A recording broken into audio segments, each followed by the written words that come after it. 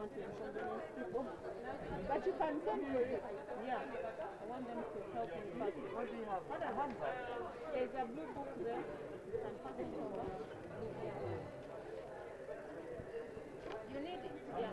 You need all the books. So how is your country? I don't want to inconvenience people. Someone is here. Yeah. No. Really? Someone has put it on me. Hey, say, mine was going to approve. It's included. Yeah, I think that was why it's for someone. It's approved by Boda. Yeah, no problem, my sister. How are you? I'm going to put him here. I can't put him on myself. That's an away. How are you? Are you okay? I'm well. You? Yeah. Wait, people are going to know how Can I pass quick? you just jump. It's a tight. Since we are men, but if we are women, we get out of the room.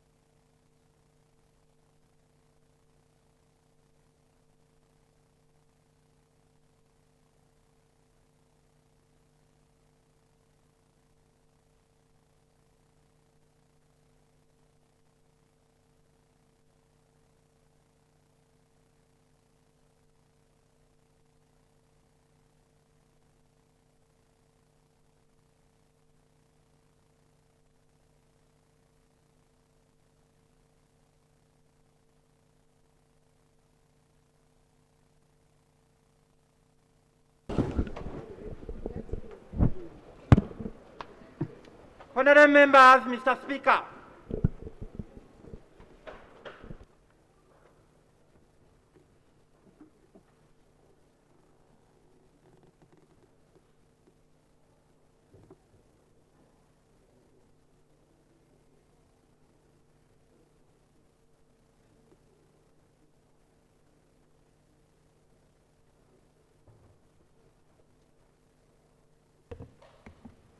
Prayers.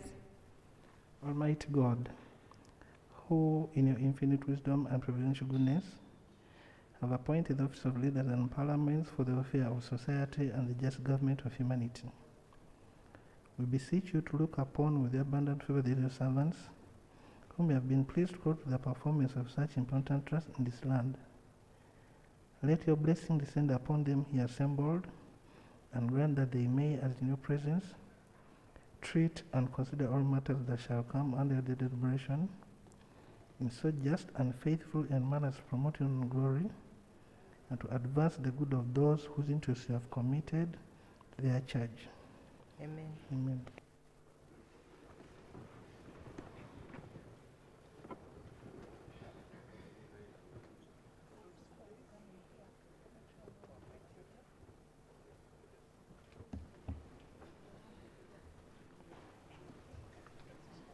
Item number 2, communication from the chair.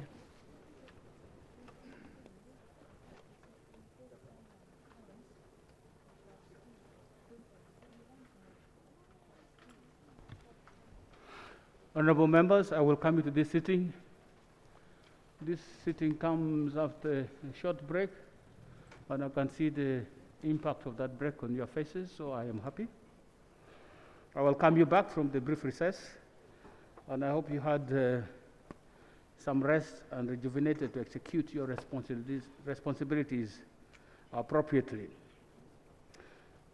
Before the break for the recess, the executive had introduced 9 bills, which include the National Social Security Fund Amendment Bill 2021, the Fisheries and Aquaculture Bill 2021, the Physical Planners Registration Bill 2021, the Landlord and Tenant Bill 2021, the Supplementary Appropriation Number 2 Bill, the Supplementary Appropriation Bill Number 3, Bills 2021, the Public Finance Management Act Amendment Bill 2021, the Succession Amendment Bill 2021, the East African Crude Oil Pipeline Special Provisions Bill 2021. These bills were referred to various committees with directives to consider them within varying timeframes. I therefore implore the chairperson and members of the committees to which these bills were referred to work tirelessly within the stipulated timeframes and produce quality outputs as they have always done. As earlier stated, I urge committees to practice evidence-based legislation as a hallmark of the 11th Parliament. I call on all the other chairpersons of committees to look at the committee work plans, and expedite the consideration of business before them so that Parliament can process them in time. On a sad note, I have learned of the demise of the following persons. The former MP for Mariokolo, Honorable John Drazu Arumadri, was a member of Parliament in the 8th and 9th Parliament, and passed on the 7th October 2021, and was laid to rest on the 12th of October this year. This is particularly sad because the week before he had actually come to Parliament to see the Speaker about some outstanding matters. So personally, I've learned with great shock that he's not with us anymore. Second, the father of the Honorable Ruyonga Joseph, MP Hoima West Division. He lost the father.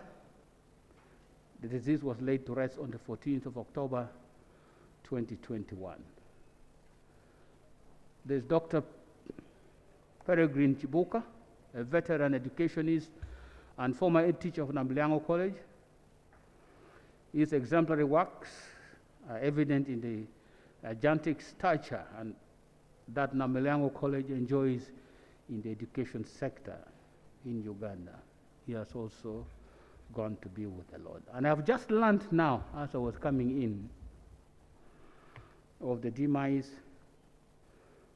of Hope Chivengere. She has passed on. Just as I was coming in, I got information. I'll be communicating details tomorrow. Honorable members, for this and those that have also gone to be with the Lord, that we know and some we don't know, let's rise and observe a moment silence.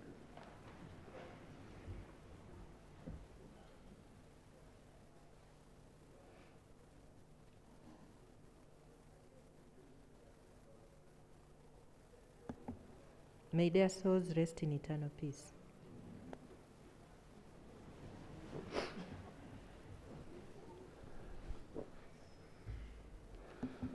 Thank you, members. Honorable members, I'll be giving further guidance after discussion with the committee responsible for natural resources, I think. The Landlord and Tenant Bill 2021. I've looked at some documents and some correspondence that have raised some concerns. So I'll have a discussion with either the entire committee or the leadership of the committee and see how we'll proceed, or Committee on Physical Infrastructure.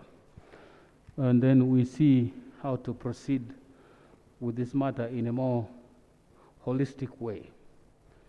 I've received communication from the Minister of Health, who appears on our agenda on our order paper, item 4.2.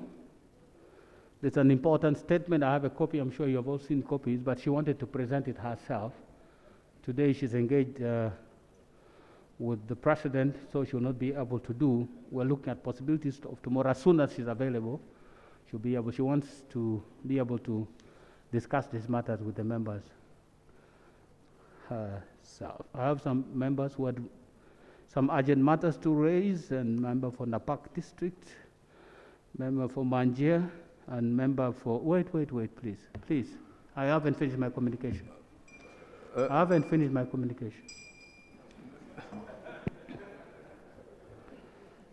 I have urgent matters from Napak district, a member for Manjia County, and member for Bunji Bujo district. They have urgent matters to raise. Procedure? Thank you, Right Honorable Speaker. On the order paper, in the business to follow, Mr. Speaker, item number 3, paragraph B, where we expected the Minister of Security to give a comprehensive report to this House. Indeed, he committed and committed himself and undertook to bring here a comprehensive report. Which item on business to follow? It is item number 3 on business to follow. And indeed, it's among matters of urgent public importance that the minister ought to have responded to. On item 3, business to follow, yes, it's from the Minister of Security, but I see Apa Village, I see Zombo District. You see? That's what I see in the order paper. B.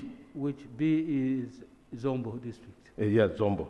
Yes. And Mr. Speaker, as we talk, print and electronic media is awash with the news pertaining to the 13 suspected terrorists, rebels, who have been arrested courtesy of a joint security task force.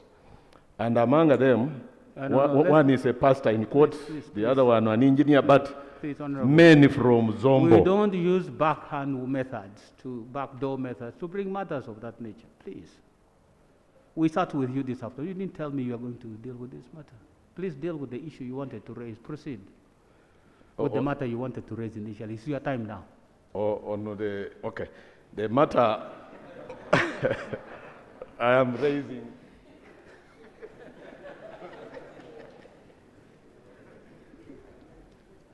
Mr. Speaker,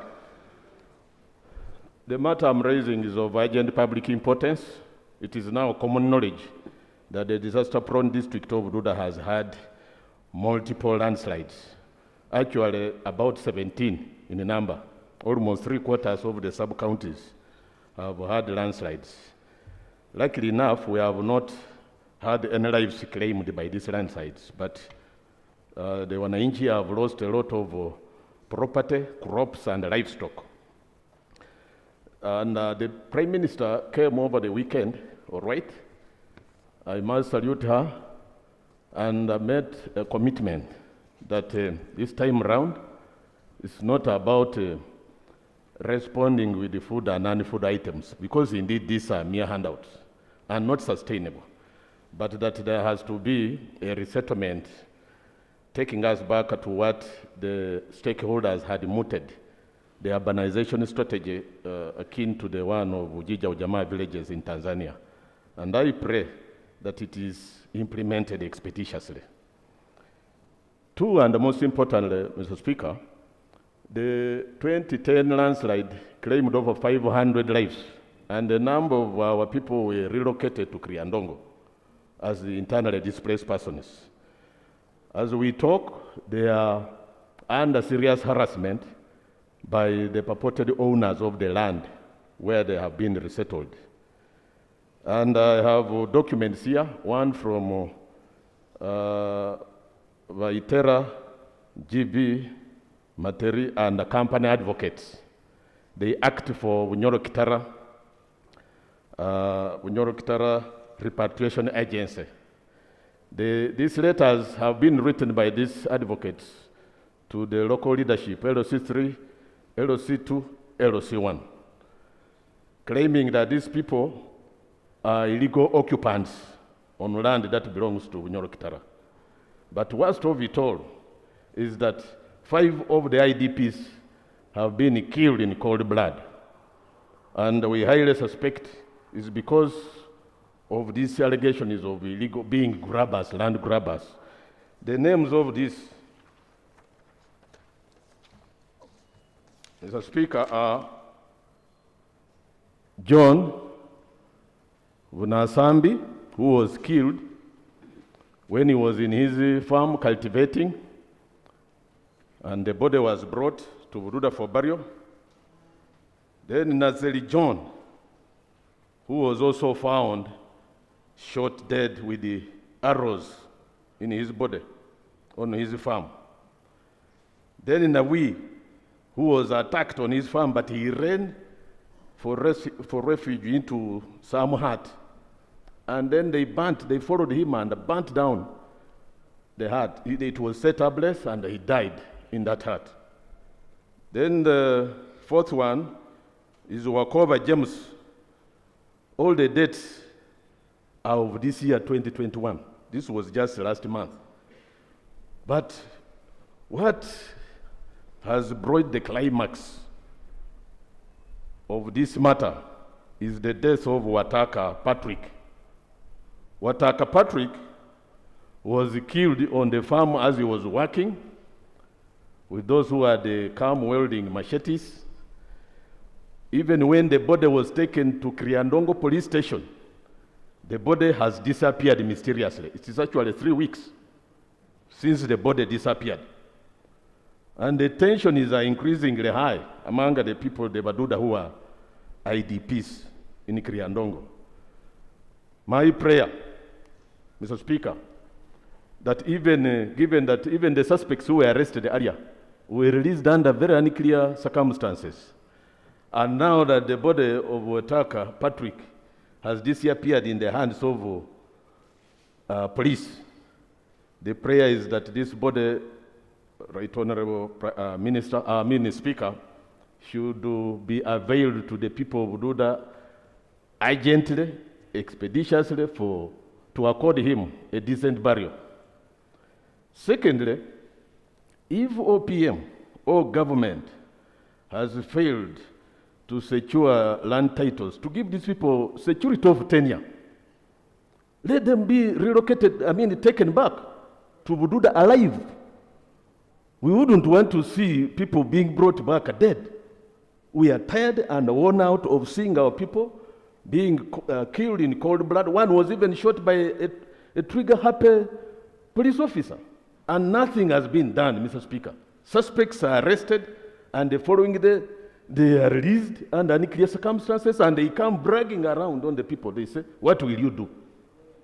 The other prayer, Mr. Speaker, is that the government should ensure that if they are not giving the subtitles to each individual IDP, because these are 603 households, let them get a block land title for that land so that they live under that safety of security of tenure, Mr. Speaker.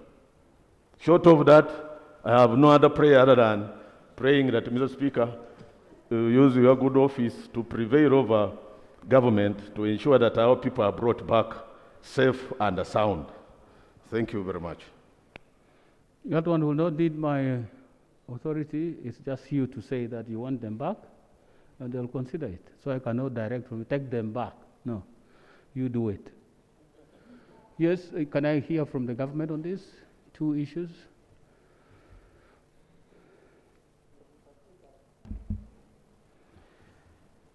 Mr. Speaker, I feel for my colleague, the opposition chief whip, for the pain and loss that has been perpetually afflicted to his people by natural hazards.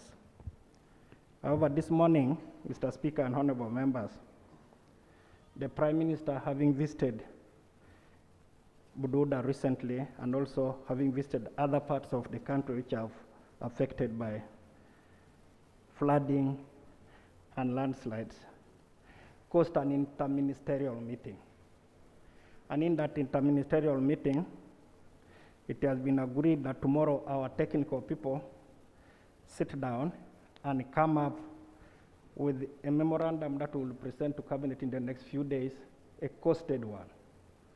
So the Minister of Works was represented by my humble self and a team of my engineers, and that's the case with water, agriculture, and health and education.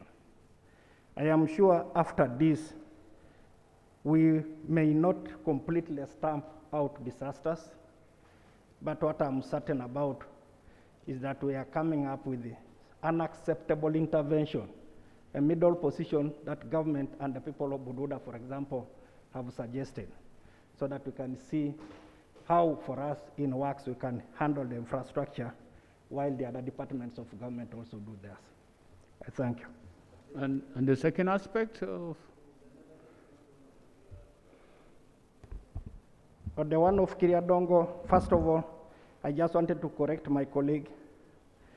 Those Ugandans are no longer IDPs. They have been settled in Kiriadongo permanently as Ugandans. The land they are sitting on belonged to government. This was what used to be ranches, government ranches in Kiriadongo. If there is anybody molesting them, which we will be very happy to hand, particularly to the Office of the Prime Minister, to follow keenly and internal affairs, that person is doing it not because he owns the land. That land belonged to government, and government gave a portion of it to refugees, and a portion of it is where we have settled our people. So that's the position. As to whether it is wise for us to return them to where they survived, I might suggest to my honorable colleague that that's like jumping from the saucepan to the fire. I would discourage that. Let's sort out the criminals who are hurting them and make sure that we settle those fellows permanently. I thank you. Thank you very much. Napak?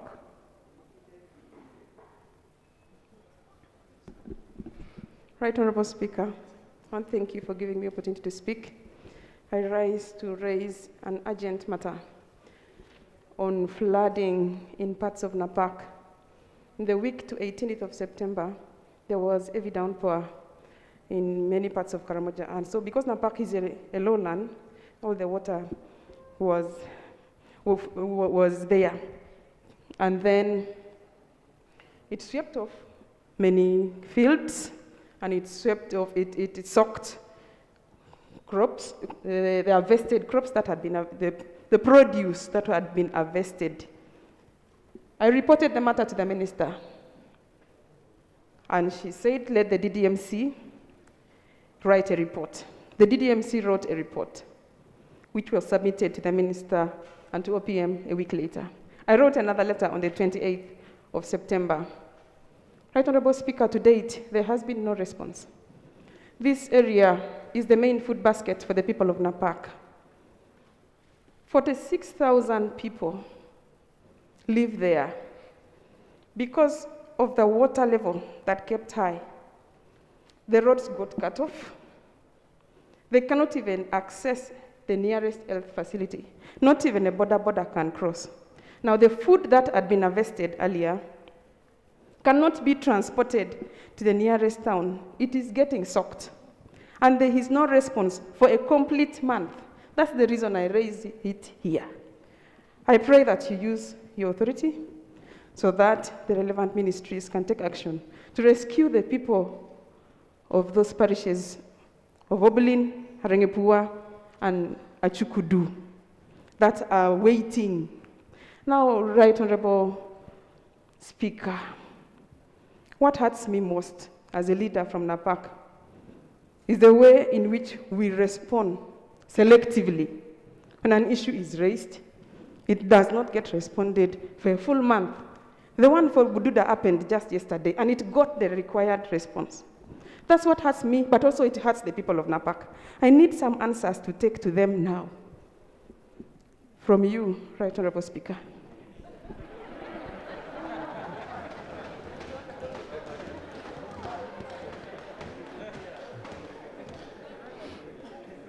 The response you get from the Speaker is that all the people of this country are citizens of this country, and they should be treated equally. And you had made a very good submission. I normally don't like comparing. Let your case stand on its own merit, like it is, you have stated it. Yes, can I have a response from the Ministry of Works? Roads are cut off for a full month, and you know about it, and you are here. Mr. Speaker, certainly this belongs now to the office of the Prime Minister. The roads? Not the roads, Mr. Speaker. I am conscious about what my sister is saying. Again, it comes back. I can confess to this honorable House that a few days back, Cabinet in its wisdom decided to give some little money for basic interventions, aware that an elaborate national response plan is going to come. With that, we are responding, Mr. Speaker, not adequately because the resources are being worked on.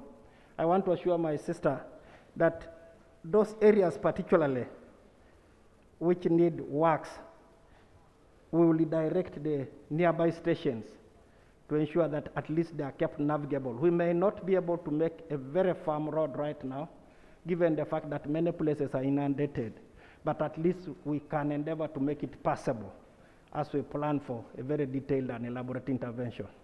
That I will communicate to my team. Is that what you said last month ago? This was not the same place. Mr. Speaker, some of the areas, for example, I committed that I will pass Kumi and check what was raised by my sister from Kumi.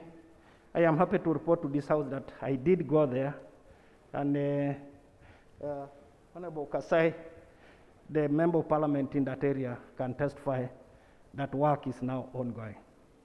And many other places that I committed myself to do last week, interventions are coming. The only challenge is every passing day, as it rains, and meteorology has told us, we are likely to continue being battered by heavy rains up to end of November, beginning of December. That presents a challenge, but we will rise to the challenge. Thank you. The challenge that we have with this kind of situation is it was raised a month ago, and nobody has gone there. Yes, we were here when the matter was raised about the floods in Napak, and there were speeches made about it, that some visits were going to be made, which visits have not taken place. Some action was going to be taken, which actions have not been taken. That's why the member even not being very happy, made the statement to the extent that she ended, to the extent that she made them. These matters of great concern, Honorable Minister. They affect people of this country. Those are the ordinary people who we should be helping. So what do we do? What do we do really? Sending technical teams will not present. I need a political presence there, and then the technical people, either you go with them or they follow you or something. At least you need some presence there, please. Mr. Speaker, I undertake to visit Napak in the before Monday. I will have visited Napak and directed actions. Thank you. Bundibujo. Thank you, Right Honorable Speaker, for this opportunity.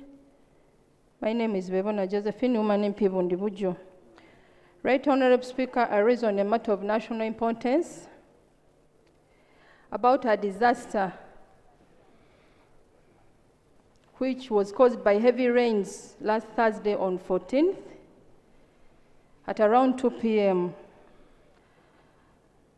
It affected the UPDF barracks.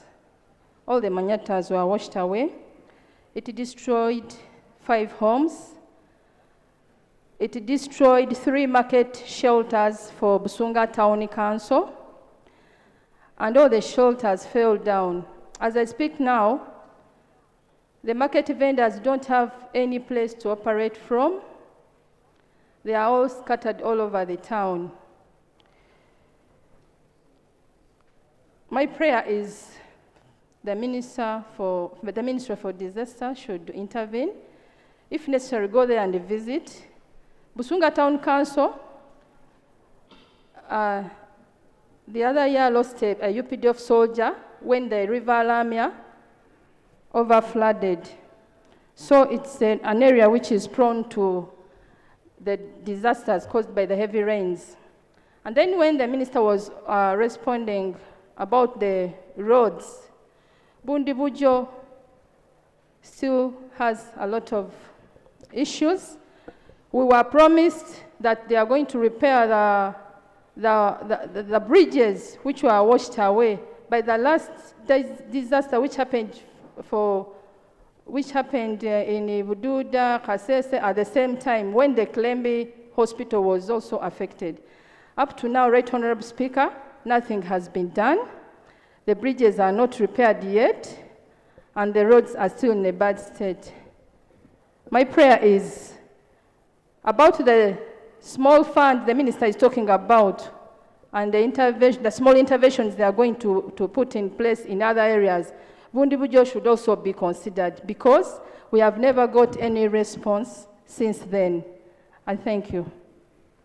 Minister.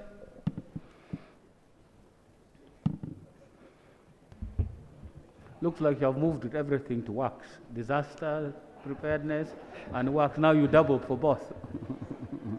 Mr. Speaker, I hope it doesn't happen that way. No, because now you have the history, but you also have your current placement. Disasters are going on, roads are cut off, so now you are there. Right Honorable Speaker, I know for sure with the former Prime Minister, Right Honorable Dr. Rohana Rugunda, we visited Bundibujo at the time when the town council was inundated. Some interventions were made, including relocating people then to safety until the situation normalized. However, there were many commitments, I'm sure, that we made, which don't seem to have been addressed adequately on account of a lot of challenges that we have met in the process. But the good news this morning, my colleague, the Minister of State for Disaster Preparedness, after our meeting in the morning, is heading to Kasese to get a feel of what is in Kasese.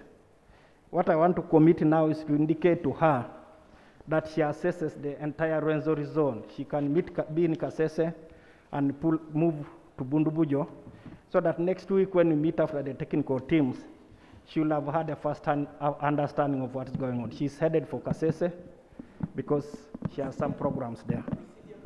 Procedure.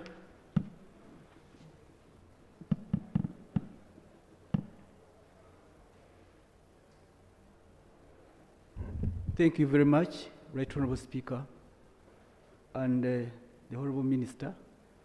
Right Honourable Speaker, listening to the Minister as I was seated there, he was jumping to explain himself, to seek the intelligence, to move as if... Point of order. Please. Right Honourable Speaker. Let me just clear this. Procedure takes precedence only when they are raised at the same time. If somebody rises on a point of procedure, another one rises on a point of order, the procedure takes precedence. But if you're already on procedure and you violate the order of the House, you will be subjected to a point of order. Proceed. Thank you, Right Honourable Speaker. In his opinion. Right Honourable Speaker, is it in order for Honourable Member to say that the Minister is jumping, yet the Minister was honourably representing the responses? Is he in order, Right Honourable Speaker? The order is it in order for the honourable member to be very dramatic about his description of the ministers? Because ordinarily speaking, I did not see the honourable minister jumping. So is that what you meant, that he was jumping, or you please proceed, just proceed. Thank you, Right Honourable Speaker. Just proceed, Honourable. The issue really I was trying to bring out is the way we are handling matters of disaster in an ad hoc manner. When it is happening in Boda, then a promise is made. When it happens to Napak, then the minister proposed personally that by Monday I should have gone there. When it is happening in Bundibujo, again, the same undertaking. Right Honourable Speaker and members, these forecasts were made some 3 months ago. When there was drought, government was prepared through the meteorological department to prepare for these heavy rains. And it is happening across the country. We only, some of us, we wait to hear what is worse than in others. But all of us are invariably expecting some level of magnitude of disaster.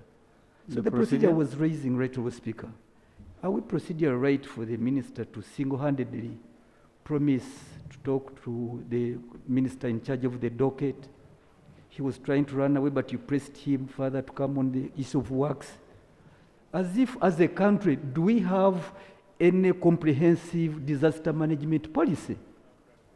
Don't we as a country deserve to have a comprehensive disaster response and management policy so that once it happens, we do not go on a bended knee to appeal to the minister that at least come to my place. Honourable Minister, pass by me, because I saw the MP Napak was happy when the minister said on Monday, I assure you I will be with you. So, right, Honourable Speaker, are we procedurally right as a country to proceed in this lukewarm manner and approach to a matter that is so detrimental to the people's lives? It is affecting the country's economy and all of that. Do we have a comprehensive approach so that we know where to run to, how to prepare, and even resources can be voted to that extent? I thank you, Right Honourable Speaker. Thank you. I think on your concern of the minister handling the matter single-handedly, I would like to nominate you to join the minister. So that is not single-handedly doing it. But honourable members, you will recall that a statement was made to this House by the honourable minister responsible for disaster preparedness in the country. And we debated that statement. And a request was made by the minister when he was making the submission that even cases that was not yet brought to his attention,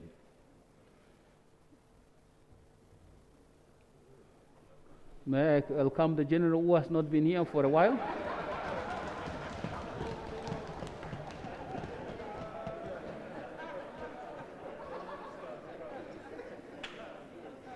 He has even changed his walking style, so we...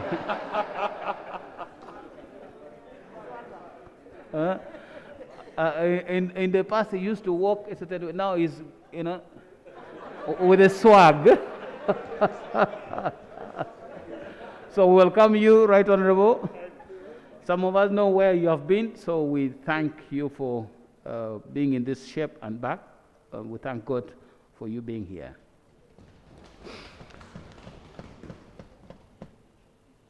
So this statement was made, and members actually added to the minister's list what needed to be done in the respective areas, because we come from everywhere in the country, and sometimes we know things that many people don't know, even including some departments of government. So we feed in. So that request was made. As to whether it amounted to a policy, no, it was not a policy. It was a comprehensive statement on the state of preparation on response to disasters happening in the country. And cases were listed, and more cases were added on. As to whether there is a policy, I still need to be educated by them. Do we have a disaster response policy in this country? Do we have money attached to it? And do we have people attached to it? If so, why are we where we are? Right Honourable Speaker, we do have, to the best of my knowledge, a national disaster management or response policy. It is against that policy that this House decided to put in place a contingency fund, and which fund sometimes, of course, we have not been able to fully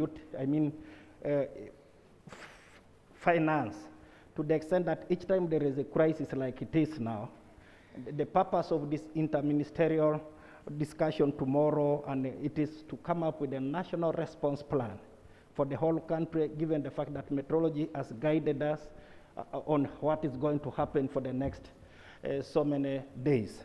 So that national response plan will be a costed response plan that will quickly be taken to cabinet, and then if it needs talking about contingents again, we will be back to you, Mr. Speaker. Thank you very much. He has to accept, not me. Let's go to the next one. Thank you so much, Right Honourable Speaker, and Minister, thank you so much. Right Honourable Speaker, I'm seeking clarification from the Honourable Minister. 1 month back, we faced a heavy hailstorm in Igara West, in 2 sub-counties, and we thank God that your State Minister, Honorable Anyakun Esther, responded immediately. But he promised a quick response because everything was shattered into tatters, crops, houses.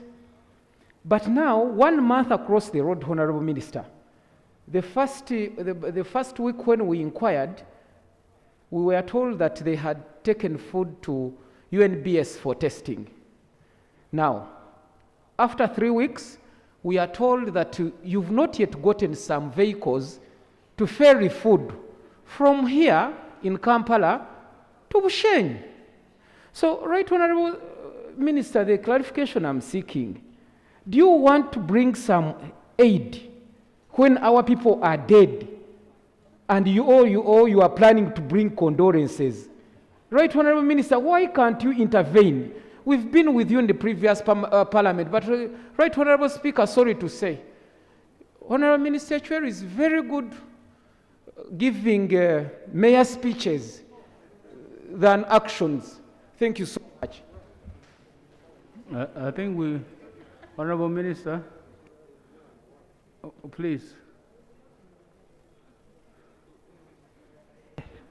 Mr. Speaker, I don't know where the clarification will lead us to, because what I know for sure, Right Honourable Speaker and House, responding to the emergencies, speaking for the Minister of Disaster Preparedness, I have been following what they are doing, even if I'm now in this new docket. They started responding close to almost 2 months ago. They have responded, not all places have been addressed, but certainly, Mr. Speaker, I could ask them to bring a list of the areas that they have been touched, and you will see that there has been a response. It's not that they are just waiting for Parliament. They are being responding, except resources may not be enough, and hence the request we are putting in across tomorrow. Thank you. Thank you, Honourable colleague. Right Honourable Speaker, the food for Igara has gone today. Now, colleagues, yes, I have to tell you the truth. You want me to tell you yesterday or tomorrow? It has gone today. And Right Honorable Speaker, we are going to be giving food to 46 districts. 46 districts, we are dispatching, but colleagues, check with your cows. Because what we discovered, Right Honorable Speaker, sometimes we take the food, it's picked by MPs, by political leaders, and they distribute, and then we get quarrels from their opponents. That, look, you just gave opponents, you did what? So we are sending all the food. Clarification, Honorable Minister. First, listen, colleagues. We are sending all the food, and it will be received by cows. They are the ones going to sign for it. So link up your cows with your cows, and you'll find that they are receiving food, including my district of Mitoma, Right Honorable Speaker. Their food will be going tomorrow. I thank you. So please respond. Get in touch with your chief administrative officers in the short form called COW. I don't want you to go to any other thing other than the chief administrative officer. Yes, what's the matter, Leader of the Opposition? On what matter do you raise? It's a procedure, Mr. Speaker. Procedure, yes. Thank you, Mr. Speaker, for indulgence. Mr. Speaker, I've been lucky to have belonged to the 9th, the 10th Parliament, and now the 11th Parliament. And somehow, for some reason, every time of the year, around this season, this is the nature of exchange in the House. And if anybody did record and played the discussion, the tendency would be to believe that these people have a very serious deficit of, in their planning component. The last time this matter came up, Mr. Speaker, there was an order from the presiding officer for government to immediately constitute a disaster commission because it's not in place. Because under the PFMC, the Public Finance Management Act, they're supposed to actualize the funds voted for disasters. And it's become problematic. For ministers to be the ones responding here, because members will be working with the commission, or cows will be working with the commission. Right, Mr. Speaker? Wouldn't it be proper that we got a commitment, final commitment, such that this conversation reverts to an entity that is legally provided for to deal with this, so that members stop bringing this here and they deal with entities, because people need food, and food is food. To say that the food is waited for 3 weeks, it used to be that people can starve for 3 weeks. Mr. Speaker, we have a commitment. I believe in the generals. I think the general is here and they can make a final commitment on when we can have the commission in place, Mr. Speaker. Can we have a commitment on when this commission will be in place? We are going into the budget cycle, Mr. Speaker, pretty soon. And under Article 157, that provides for the contingency fund, because the voting on the fund has been very flimsy, which is why, at the end of the day, you hear ministers and the Prime Minister exchanging over relief monies. But, Mr. Speaker, wouldn't it be proper that we get a final commitment on when this commission will be in place, so that when funds are voted, we would not hear further quarrels between the Prime Minister and her ministers over disaster funds, because there will be a commission to technically deal with cows and the town clerks to handle this matter in a finite, Mr. Speaker. Thank you. Thank you very much. That's a procedural matter. You raised the first issue that so that members don't come to Parliament to raise these matters. Well, for the members of Parliament, this is their workstation. And their people need to know that they are working.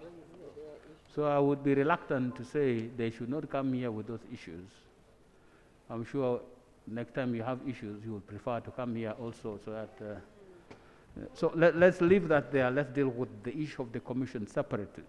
There was also a comment that was made. That is because of the debates that have happened recently. That's why the contingencies fund was created. And I'd like to correct that impression, because the 1995 Constitution, which was promulgated on the 8th of October 1995, already contained that provision. The country was alive. People knew that these things would happen, so they created a contingencies fund. And the way it's supposed to operate is a percentage of the budget, a known percentage, 0.5% of the total budget, is supposed to automatically go into the fund to fund these activities. And for a few years, it has not been happening. This should start happening so that we know the purpose. The Constitution provides the purpose of the funds in the contingencies fund, but there should be some money in it, because you cannot have a fund with no money in it and call it a fund. So these are things that need to be corrected. Now I need somebody to guide us on the issue of the commission. I see the member on the issue of the commission. A commission is required to be put in place to deal with the general issues. Would you like to deal with that matter? Commission.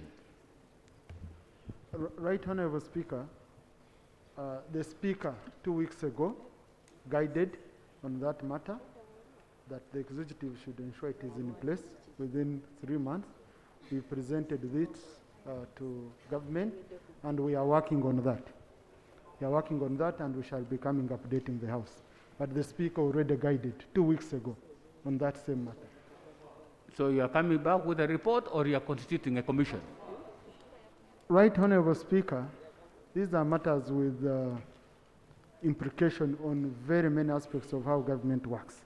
So we are trying our level best to implement the Speaker's guidance, and we shall be coming back as executive to report on the implementation. My understanding is the Speaker only that gave the guidance based on the provisions of the law. So it's not the Speaker's directive. The Speaker was, Madam Speaker was only saying, please activate the law within 3 months by appointing a commission. So it was not a directive from the Speaker that the commission is already created by law. Right Honorable, I was very, very cautious that she didn't direct, she guided. And Right Honorable, for us on our side, the issue is just on the timelines given.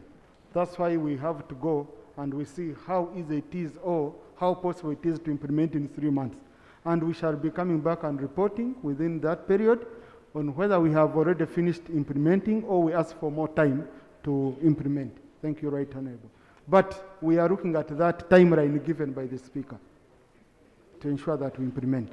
The Right Honorable Deputy Premier is here, leader of government business in the House. Right Honorable, in this country, we know that it is going to rain and there will be floods. And we know that immediately after the flood, there will be drought. Yes. It does not matter what the ideological department says, because we know that every year we have a cycle of floods and droughts, of bounty harvest without storage capacity, and famine follows bounty harvest. Are we going to have a system that will deal with this matter? If you add on the complication that comes from the Karamoja sub-region and the neighboring districts, we know that each time there is drought, there are activities that affect communities adversely.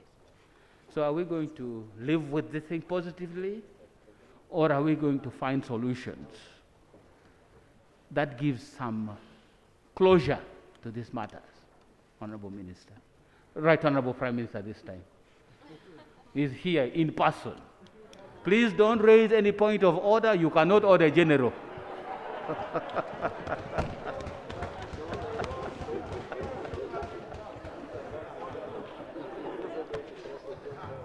Thank you, Mr. Speaker, sir. First of all, allow me to thank the House before I come to this question. I wanted to thank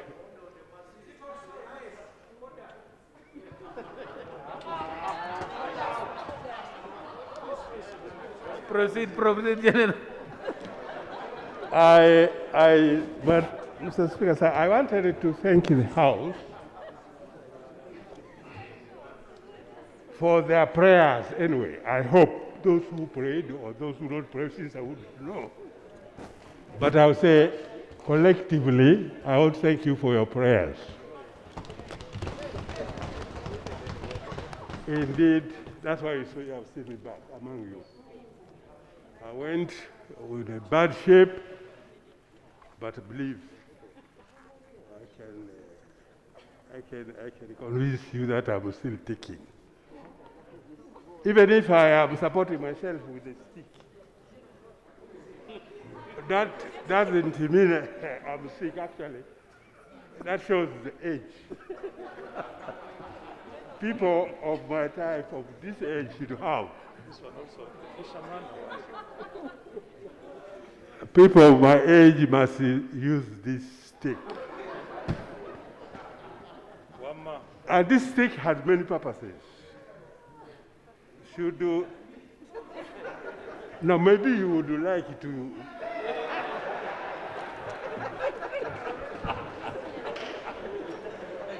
When I put the stick like that, you can't claim that I'm pelting. But if you have interest in this stick. So, sir,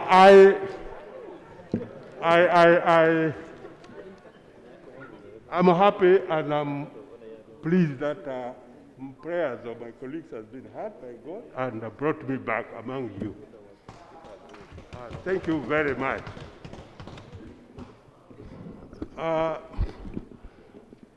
Secondly, this question which our friend has asked, actually we discussed it this morning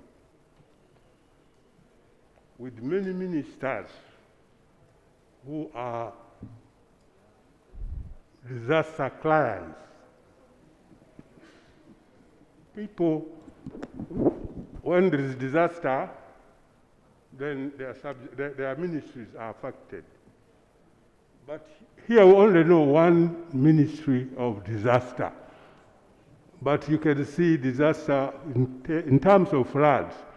It breaks the bridges, that involves works. It breaks houses, education, schools means education. Health centers, many, so everybody almost. This morning, Prime Minister called all these ministers to have a meeting so that we see how to handle disasters. Therefore, I want to reiterate that 2 weeks ago, as is already said here, we're in process to implement the guidance of the House, of the Speaker, to implement the guidance given by in accordance to the law. So within that limited time given to us, we shall have already done the guidance. I don't know whether I have answered the case or not. I've attempted. At least, thank you. Thank you, Right Honorable. Can we now move to the order paper, please? Order paper. Item number 3, bills first reading. Procedure.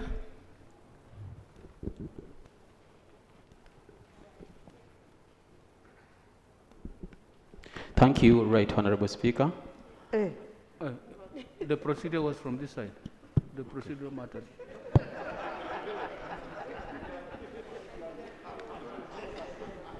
Thank you, Right Honorable Speaker. I am Rocco Robina Greme from Gomba West and the chairperson of the Legal and Parliamentary Affairs Committee. I raise on a point of procedure. This morning, the Legal and Parliamentary Affairs Committee considered the law revision fines and other financial amounts in criminal matters, modification of written laws instrument 2021. The Deputy Attorney General was before us, and unfortunately, we couldn't proceed because the Deputy Attorney General informed us that his appointment was merely for Deputy Attorney General, and not for Minister of State for Justice, or he's not holding the portfolio for the minister. And yet, under the law revision finds and other financial amounts in currency matters Act of 1408, Section 2 thereof defines the minister as the minister responsible for justice. So our hands were tied as a committee, and we respectfully declined to continue with the matter. Our prayer is that a substantive minister for justice be appointed, or the portfolio be assigned to enable the work of that ministry continue, and that the committee be allocated further time, possibly an extension of 2 weeks, although we cannot determine the time during which this will happen. So that is the procedural matter that I was raising.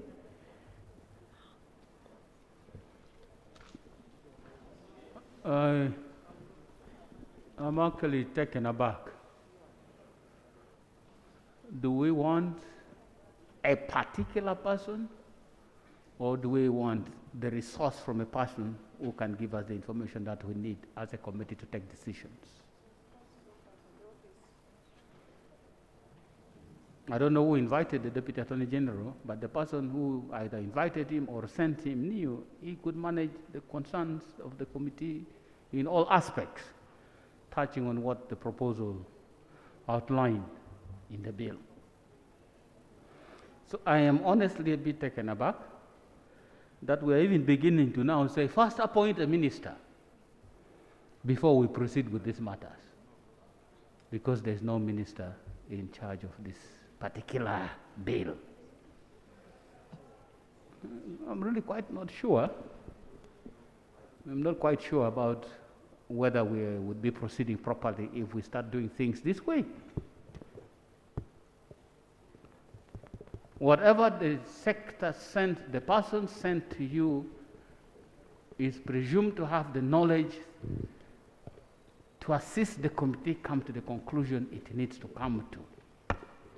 Answer questions that are necessary for giving guidance on issues that might not be that clear. How would you, as a committee of legal and parliamentary affairs, send away a deputy attorney general when you're handling a bill on fines and things that is? Anyway, let's leave it at that. But I am actually not very, very pleased with this developments, Madam Chair. Mr. Speaker, sir, the dilemma that No, we and the second part of it now, we are asking for extension of time. We send away the Attorney General today, the Deputy Attorney General today, then we ask for extension of time. And I think the extension of time includes the time within which a minister should be appointed. And if the minister is not yet appointed, if you we extend the time, what are you going to do if the minister is not appointed? I don't want our committees to be put into situations that become very difficult for Parliament to function. I was still ruling on the procedure. Unless you want me to take your guidance from Lemiaga so that I rule better, I will allow you. If you have, no, please. And then the leader of the opposition.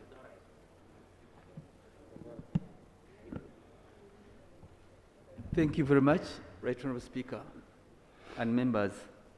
Right Honourable Speaker, it has been a practice of this House that when a matter has arisen like this, a communication is originated from this House to the responsible entity or ministry. Now, unless they fail to present a minister, you can say you can dismiss them when they are only technical persons. But also in some instances, a minister can come, not necessarily of that very docket, to represent government, accompanied by the technical team from the particular ministry. And the matters have been considered that way. And it is not strange. You can have a very different minister from a different ministry standing in for a particular minister. And it is happening even on the floor of this house. A particular minister who is assigned, who may not necessarily be a minister of that very portfolio, stand in and presides over matters. So I really think probably it was an oversight on the part of the committee not have entertained the Deputy Attorney General. Probably a second leg would be to ask government to expedite the appointment of the Minister of Justice if it is causing some anxiety, which of course shouldn't be the case. But particularly with our practice, business has been moving on and ministers have been known to stand in for those particular and responsible ministers, as you guided, Right Honourable Speaker. Thank you. There was the leader of the opposition. Have you handed over to the member for Bugiri? And by that, you lose your chance to speak on this.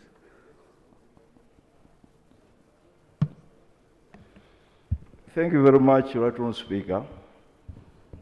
I sit on the Legal and Parliamentary Affairs Committee, and my chairperson has ably presented the position of the committee. But there are two issues that I think we need to explain.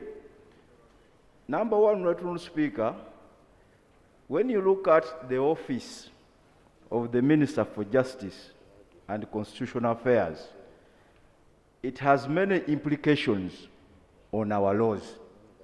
And as a matter of fact, the many government departments are stuck with publications that require the signature of that minister.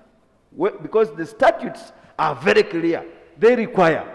Now, what happened this morning, Right Honourable Speaker, is that the learned Deputy Attorney General came to the committee and he made a presentation. And in that presentation, he had signed as Minister of State for Constitutional Affairs. And the committee asked him whether he is formally designated to that portfolio. And he was not able to answer that question. And we found it extremely difficult as a committee, that you rightly said as some of the best legal minds in the country, for somebody to actually, we use the word holding out. You said you are actually holding out. Now, the MP for Remiaga, it is not that a minister cannot represent government or the other, but it should be formally designated. And there must be formal information or communication in that respect. Even here, Right Honourable Speaker, on the floor, a minister will stand up and say, I am representing or I've been formally delegated to do X, Y, and Z. That has not happened. So, Right Honourable Speaker, going beyond this matter, there are instruments, there are agencies that are being affected by the absence of that portfolio. And it does, to cure it does not require an appointment per se, but a designation will cure it, which is absent in this matter. So I really think that the advice that we gave to the learned Deputy Attorney General is to seek formally a designation or even an appointment if it can help this purpose. Otherwise, we were constrained to proceed, and I thought we would put that on record for the House to appreciate. I thank you, Right Honourable Speaker. Information. I am still not satisfied, unfortunately. Please. Information. Please. You are informing the Speaker? Please. No. Please. I proceed. Proceed to sit down. Information.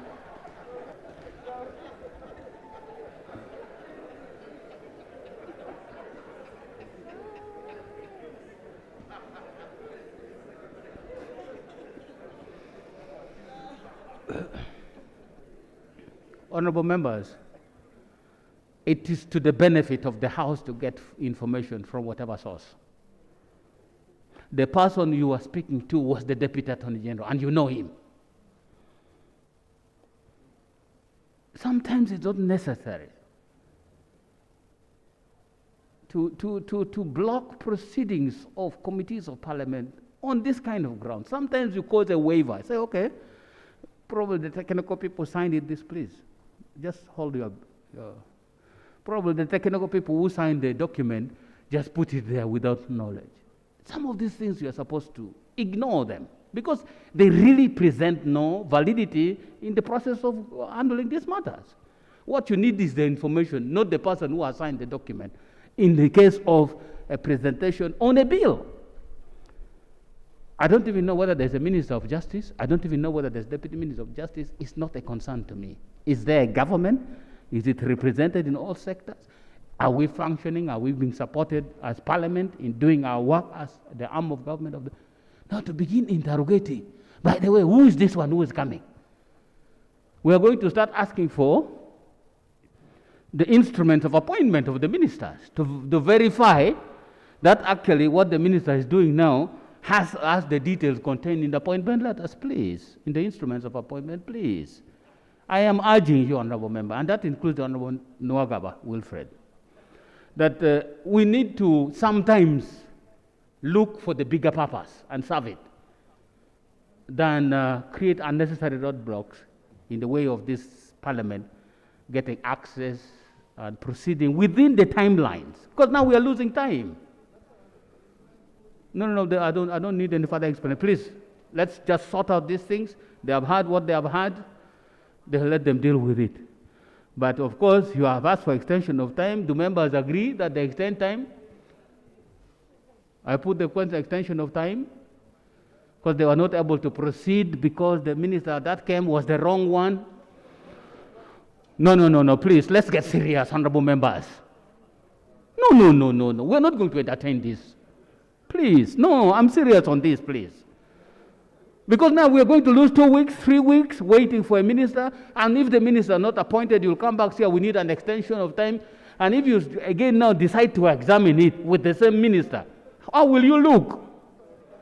No, please, honorable, please. No. No,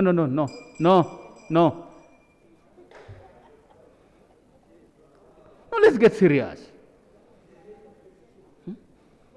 No, let's get serious. Whether it is a bill or statutory instrument doesn't matter. Let's just get serious, honorable members. I have seen committee chairpersons chasing ministers. Now I'm even seeing committees inviting heads of agencies as if there are no ministers supervising them. We need to put our act together so that we hold the place we hold as the legislature of this country. Because that is what we are. That is what we are. You can come here and laugh, lambast and say this one came holding out that he was the Minister of State, and yet we know him as the... But the substance you bring, it creates humor. You have sent the message strong and clear that you see, stop this ad hocing. Have some responsibility, but it should not stop the business of the House. I beg you, members, please. I watch and I hear. And there are concerns from people who appear before some committees. Let's put our act together. We are going to have a general meeting later with all the chairpersons, and we see how we structure these things and move forward. Next item. Item There's no number room 3. for listening. You have just been speaking here. I listened to you. Let's proceed. Procedure. Thank you, Right Honorable Speaker. I'm Haji Kaziwe Bashir Mbazira, representing the people of Kampala South. On Sunday, 17th this month, the nation was greeted to sad news of the passing of one Aziz Bashir, who was killed by a Boda mob in the areas of Mengo, Lubaga, Kampala district. This happening is opening other wounds and more questions about something that has been with us concerning the management, operationalization of the Boda industry. Right Honorable Speaker, it is very absurd that this sector, which is the biggest employer in the transport sector in the country, is not regulated. It has no clear structures of leadership and management. It is upon this background, Right Honorable Speaker, that I'm rising to give a note of an intention to move a motion that will help in the management, regulation, and professionalization of the Boda industry, and I seek your way. Thank you, Right Honorable Speaker.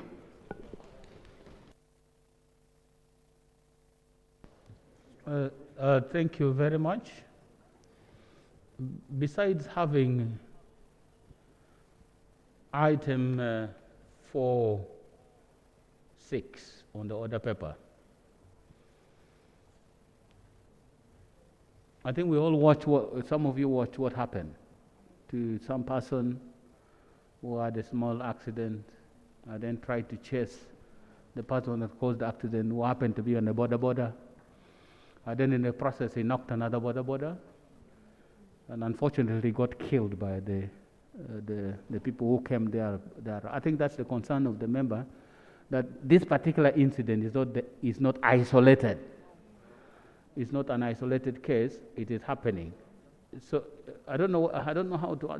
It's a heavy policy matter because we have a substantive item under 4.1. I don't know whether we can put it under there so that the minister responsible for Kampala City Authority and Metropolitan Affairs can come and deal with this matter as one of the aspects that they need to deal with. Would that be fair? So that we also deal with this issue properly. Is that okay? I think let's leave it for a substantive matter on the order paper, and then we handle it there. Thank you. Next item. Item number 3, State Bills first reading.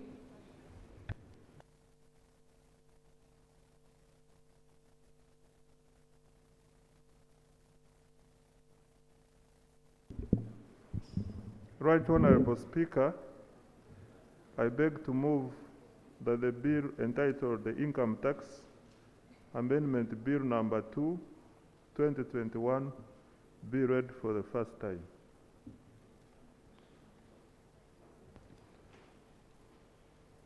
Have you, is a bill? What are the other instruments supposed to accompany it? Is it there? Mr. Speaker, sir, we have already submitted the certificate of financial implications to the outside this house. We need it on the clerk, table, sir. But I would like to formally lay the certificate of financial implications. We like the formal way. we don't like the mailing. So, is that okay now? You're done? Mr. Speaker, I can repeat. I beg to move that the bill entitled the Income Tax Amendment Bill Number 2 be read of 2021 be read for the first time. Mr. Speaker, in compliance with the rules, the bill is accompanied by the certificate of financial implications, which I beg to lay on the table, Mr. Speaker. The Income Tax Amendment Number 2 Bill 2021. That the records capture that, and the bill stands referred to the Committee on Finance to handle expeditiously and come and advise the House while we proceed with this matter. Thank you. Next item. Item number 4, statement by Minister on the International Day of the Girl Child, marked on 11th October 2021.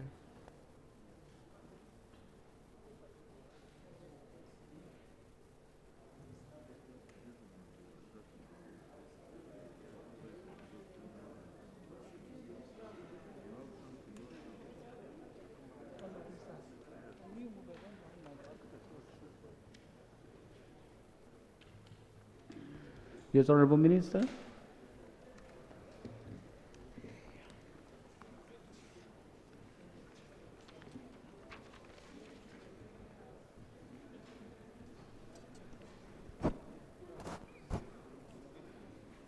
Thank you, Right Honorable Speaker. Right Honorable Speaker, this statement was supposed to be presented before the commemoration of the day on the 11th of October, but since Parliament was on recess, the ministry could not do this. Since it's my first time, I should introduce myself. I'm Asamo Helen Grace. Yeah, standing in for the Minister of Gender, Labour and Social Development. Right Honourable Speaker, this is a statement to Parliament of the Republic of Uganda on the commemoration of the International Day of the Girl Child, 11th of October 2021, which was held in Kololo Ceremonial Ground.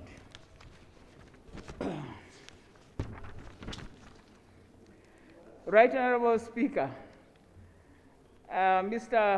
my colleagues, the honourable members of Parliament, I want first of all to start, Mr. Speaker, by thanking this Parliament and welcoming all the members from recess. This day was celebrated on the 11th of October, and Right Honourable Speaker and colleagues, honourable members of Parliament, the purpose of the statement to Parliament is to provide information regarding this year's International Day of the Girl Child. This day, Right Honourable Speaker, was recognized by the United Nations General Assembly and adopted under the resolution 6170 that declared 11th October as International Day of the Girl Child. International Day of the Girl Child provides an excellent opportunity in all the states and non-state parties to reflect in the recognition of the girls' rights and the unique challenges girls face around the world. Equally important, the day enables all relevant stakeholders to reflect on existing policies, programs, and strategic investments for holistic empowering of young women and girls.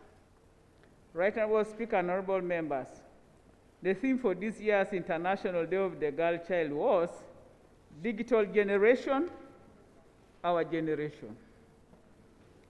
The theme calls for a key moment of strategic repositioning of the girl child during the era of digital migration.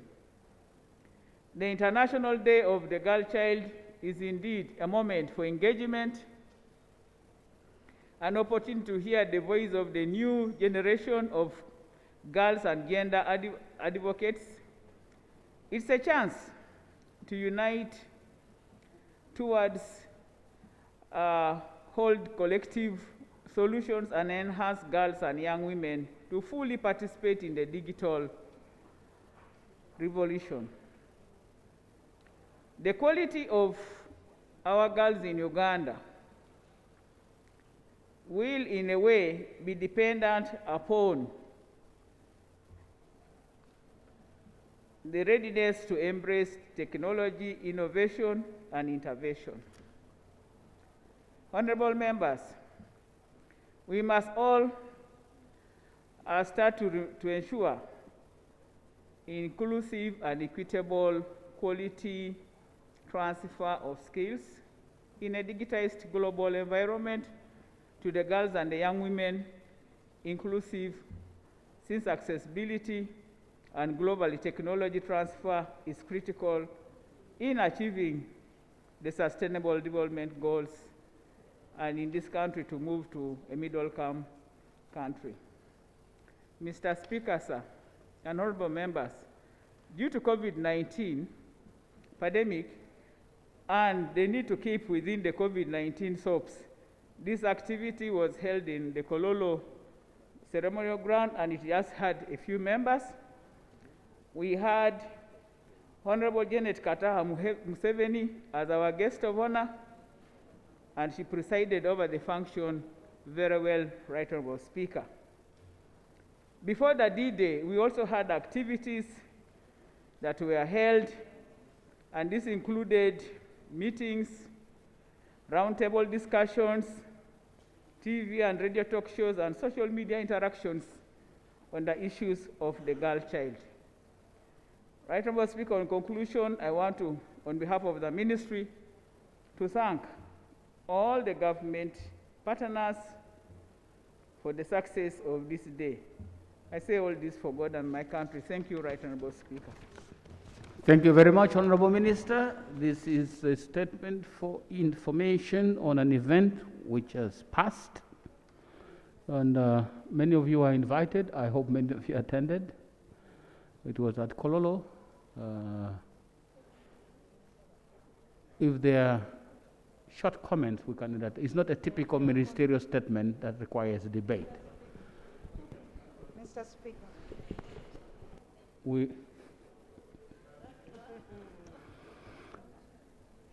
Clarification on the date or what? We will have a short engagement and then we go to the next statement, which I think is a fairly substantial matter. Can I have the member for Youth Central, please? Start the debate. Thank you so much, Right Honorable Speaker. I want to thank the Minister, the State Minister of the Elders, for the the one who has stood in for the Minister of Gender,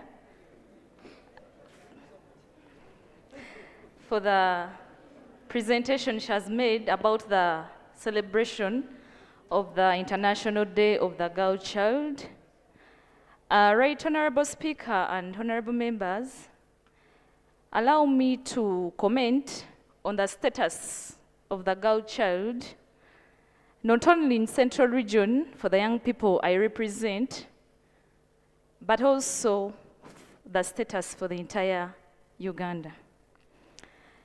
We all know that we've been hit by the pandemic. We've had 2 lockdowns, and we've registered so many teenage pregnancies.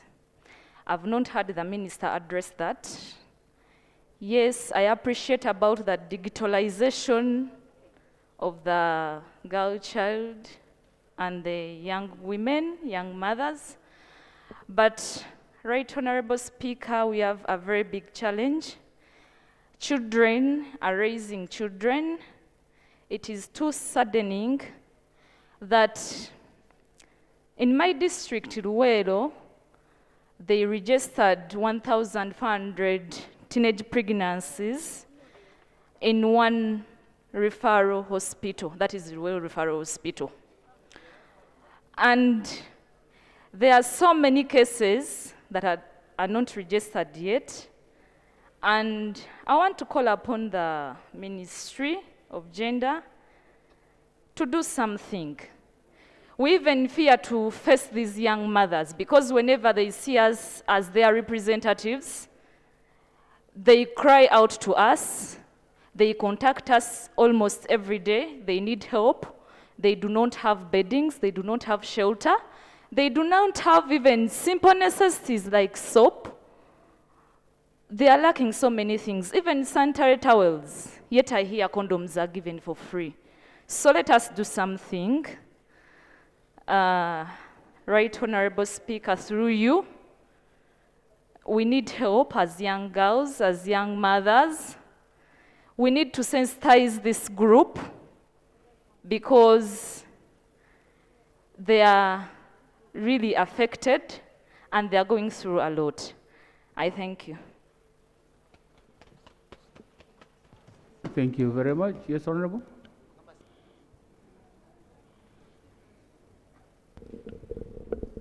Thank you, Right Honorable Speaker. For the Taka Agnes, woman member of Parliament, Majidi District.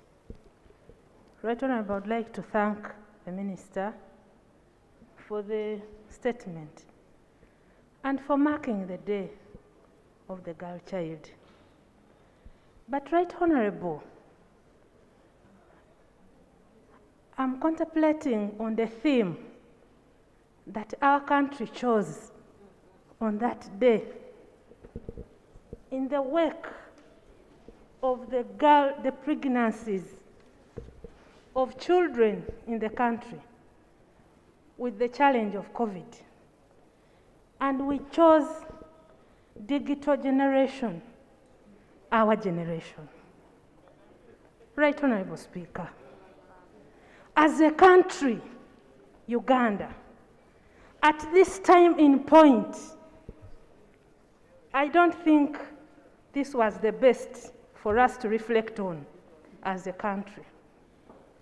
Rather, we would reflect on what we can do about the child pregnancies that we are faced with as a country. We would have launched something to take the country forward in protecting the girl child. Right Honorable Speaker, I'm disappointed. No wonder we have children who are going to international schools, going to school, and our children are seated home, and government is not bothered.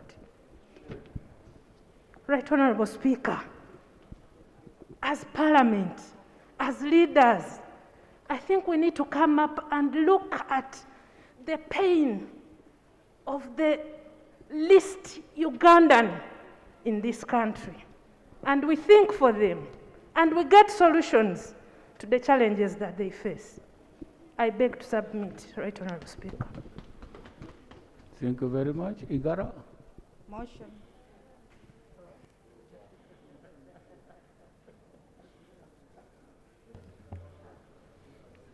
Thank you so much, Right Honorable Speaker, for giving me an opportunity to debate on this. Right Honorable Speaker, I'm actually happy about the theme, if they can live to their expectations. Right Honorable Speaker and honorable members, this year's theme of digital generation is our generation. I'm surprised if the minister or the ministry brought it in good faith. How many girls are accessing internet? How many girls can afford internet if we are to go by this theme, Right Honorable Speaker? We've been facing COVID pandemic, and we very well know that most of the students from well-to-do families are accessing their lessons via Zoom. So considering the digital generation is our generation, what have you done as our government to make sure that our people can access not only cheap, but free internet and everywhere?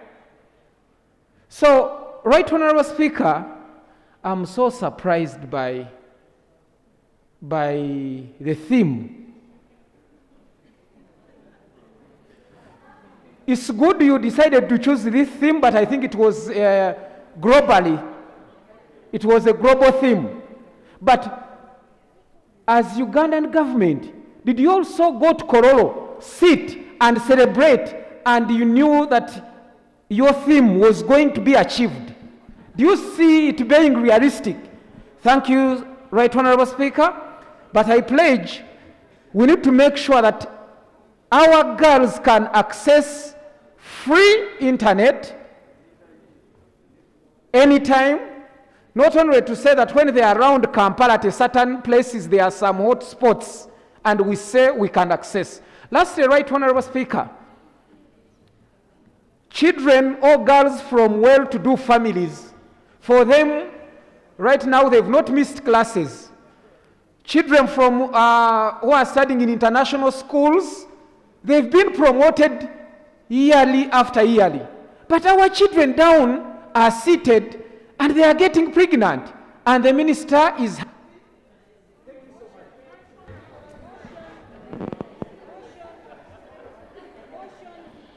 Kapelebyong?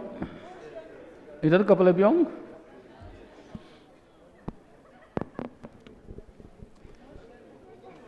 Right Honorable Speaker, I first want to thank the Minister for what she submitted on the floor of Parliament. But on behalf of people of Kapelebyong and the young and the girl child, I want to say that we do not identify with that theme. Kapelebyong, we have no electricity in the whole district. Before you go digital, there's no electricity. Number two, Wi-Fi doesn't exist. When my district wants to send me a message, they have to drive to the district of my colleague, Honorable Musa Cheru, that's Amuria, to be able to send a message on WhatsApp or internet. So when you talk about digitalizing, we in Kapelebyong wonder whether you are still in Uganda or another part of the world. In the statement made by the minister, I am hoping that there is going to be a significant effort to identify and help the districts of that nature, that in general they can access internet, have access to power, and have Wi-Fi. And digitalize. Talking about computers, Right Honorable Speaker, you will be shocked to find that Kapelebyong has only 3 computers in the whole district. And so I am asking government to become serious when they make some of these statements. On the matter of the girl child, I want to raise 2 points. The first one is to do with the young girls we are seeing on the streets of Kampala, begging every day for food to eat. I do not know what government is going to do to help rescue these young girls who come from one part of the country and get them out of the streets and help them have a future which you can be proud of, not just the girl child, but even the boy child. On the issue of the young girls who are becoming pregnant, also stated by my sisters, whenever I hear statements being made, I feel we do good analysis of the problems. But when it comes to solutions, we always seem to go the opposite side. I want to request the government that when you are talking about helping the girl child be sensitized against early pregnancy, come up with a program to us.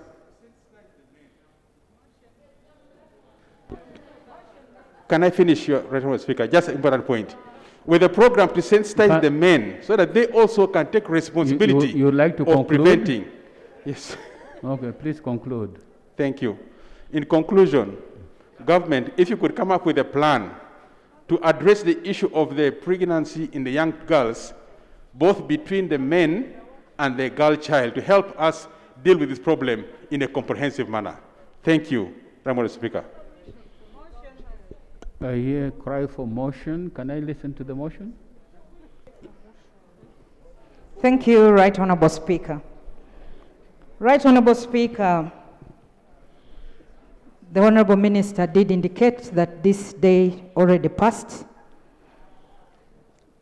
And Right Honourable Speaker, the subject we are discussing is a very serious subject. And Right Honourable Speaker, I stand under Rule 59 to move that we close debate on this particular subject and you allow me come up with a substantive motion which we can debate as the House regarding the girl child and even the boy child and the children of this country. And we can be able then thereafter to make clear recommendations to government, Right Honourable Speaker. Otherwise, this is a statement of an activity that has already passed, Right Honourable Speaker, and we may not do justice. Thank you, Right Honourable Speaker. Is it seconded? Seconded. Kazo.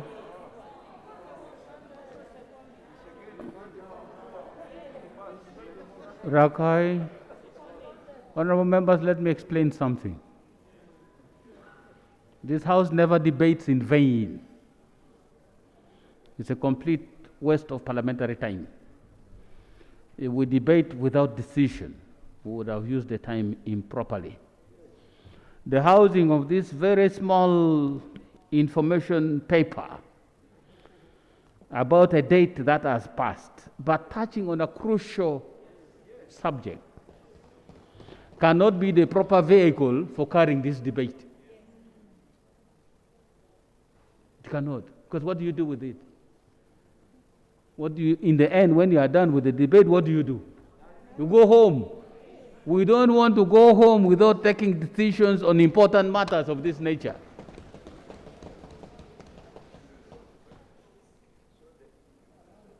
But I had a shadow minister who wanted to say something, but sir, you have already been overtaken by this particular motion. I am actually, and the rules are clear.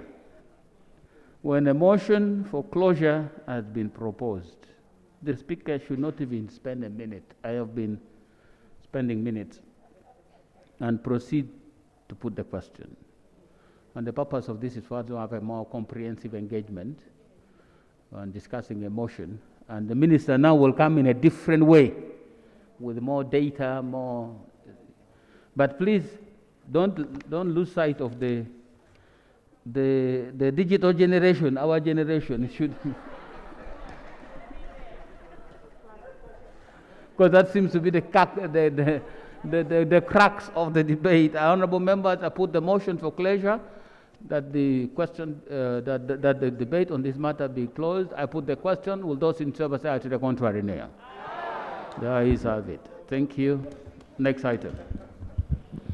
Item Honourable number member, that serves as notice.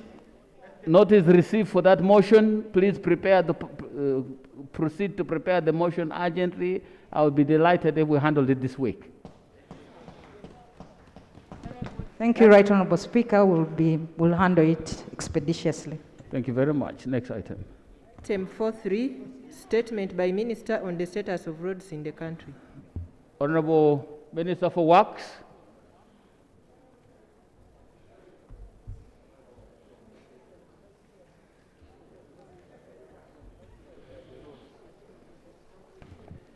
Right Honourable Speaker, I am in possession of a report that was supposed to be presented by my senior colleague, but because of other engagements, he's out of office right now. What I don't know is whether it was uploaded so that my colleagues... Honourable Minister, just proceed until you are stopped. Proceed. Right Honourable Speaker, thank you so much. This report is quite thick, but I am sure colleagues must have looked at it. And introduction. I'm presenting this statement to the Parliament on the status of roads in the country. Honourable members, over the last 5 years, the government of Uganda has prioritized investment in infrastructure necessary to support the development of the economy and transformation of our country. Right Honourable members, roads are of key infrastructure. Roads are key infrastructure assets which have been prioritized by the government to support the development of productive sectors such as agriculture, industry, oil and gas, and tourism. Road transport is the dominant mode of transport, accounting to over 80% of cargo, freight, and passengers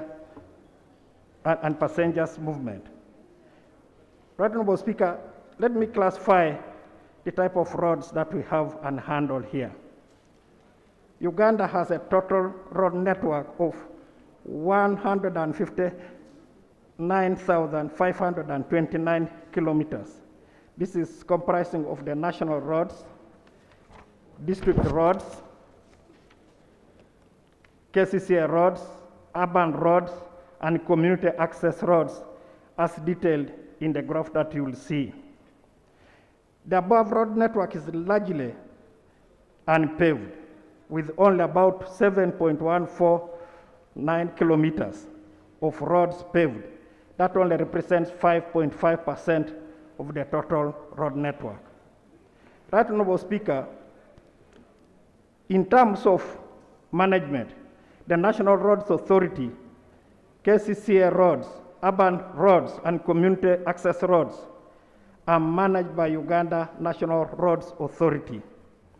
Then there is district local governments and KCCA and urban councils and sub-counties respectively. For the national roads, Mr. Speaker, the national roads network is divided into the following functional classes. Class 1, international trunk roads, which connect to Uganda's major borders and provides access to sea.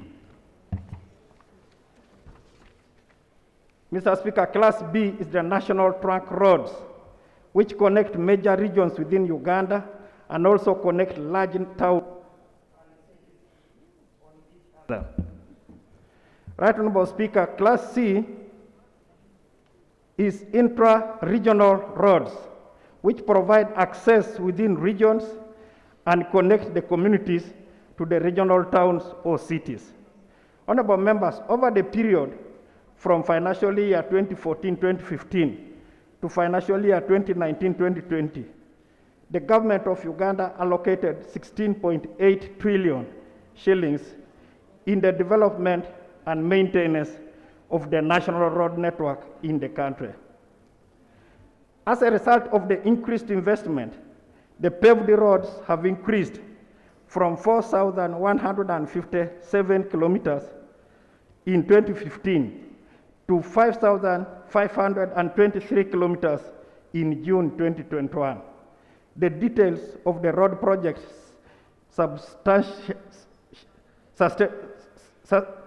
sustainably completed to the last 5 years are included in the attached Annex 1. Right Honorable Speaker, as of June 2021, all the Class A roads in Uganda were paved.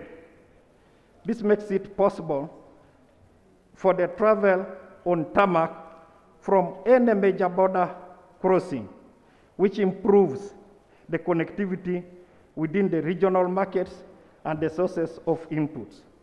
For example, Mr. Speaker, Malaba, Kampala, Katuna, that is 650 kilometers. Kampala, Fort Portal, Mpondwe, 425 kilometers. And Malaba, Kamudin, Elegu, that is 500 kilometers. In the same period, 40% of the national trunk roads, that's Class B, were paved, and about 8% of the intra-regional Class C roads were also paved. Honorable members, this investment has had the following impact.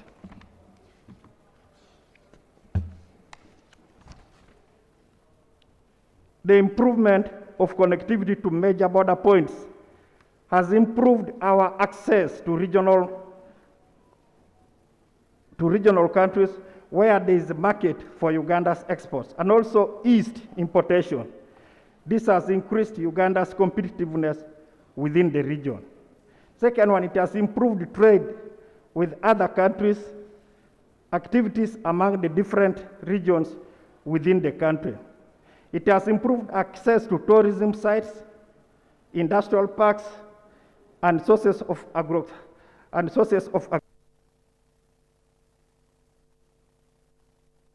Microphone. It has improved delivery of social and administrative services. It has also contributed to the consolidation of security gains over the years. Honorable Speaker, government plans to continue the paving of the different classes of national roads in a phased manner, based on the economic and social needs across the country and availability of resources to achieve the Vision 2040 target and pave the roads density of about 100 kilometers per every 1,000 square kilometers. Let's look at the ongoing road projects. Right Honorable Speaker, in addition to the completed projects, the government of Uganda embarked on the construction of new roads during the 5-year period 2015-2020, and a number of the projects are ongoing. During this period, the government prioritized the upgrading of roads critical to supporting the development of the oil and gas sector. The projects were aimed at providing adequate transport infrastructure for the oil and gas sector to move from the exploration into the development and production phase. The status of these roads is as shown in the table that I would invite members to look at. Honorable Speaker, procurement is in the final stages for the construction for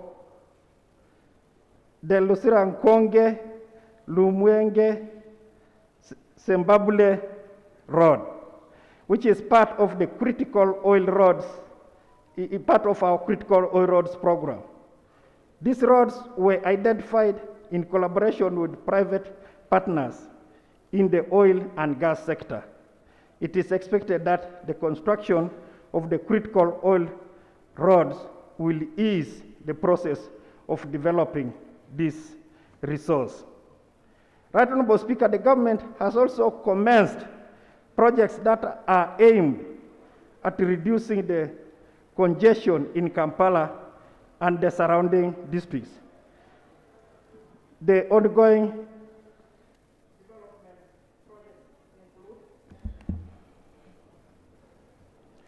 the Kampala flyover project and the upgrading of Kira Matuga Road, upgrading of Najana Kumbi Busal Road, Kampala Northern Bypass Phase 2, and Busesa Mpigi Expressway.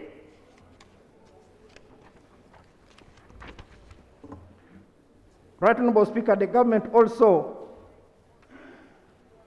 planned for the construction of the Kampala Southern Bypass, completing the inner ring as part of the efforts to ease the congestion of Kampala and the surrounding districts. Other projects aimed at easing congestion in the city include those roads, that's the Matuga, Kisubi, Kampala, Nakasero, and then that one Kampala Bombo Express Highway.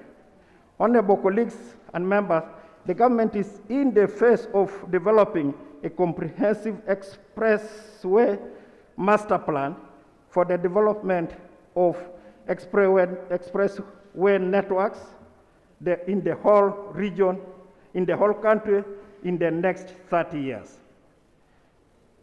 Honorable Speaker, in addition to the interventions to support the oil and gas sector and the roads to ease congestion, the government has intervened is invested in the following road projects across the country in support, again, of tourism, agriculture, trade, and infrastructure. If you look at those roads in Kapchoro, Aswam, in Moroto, Loktelangala,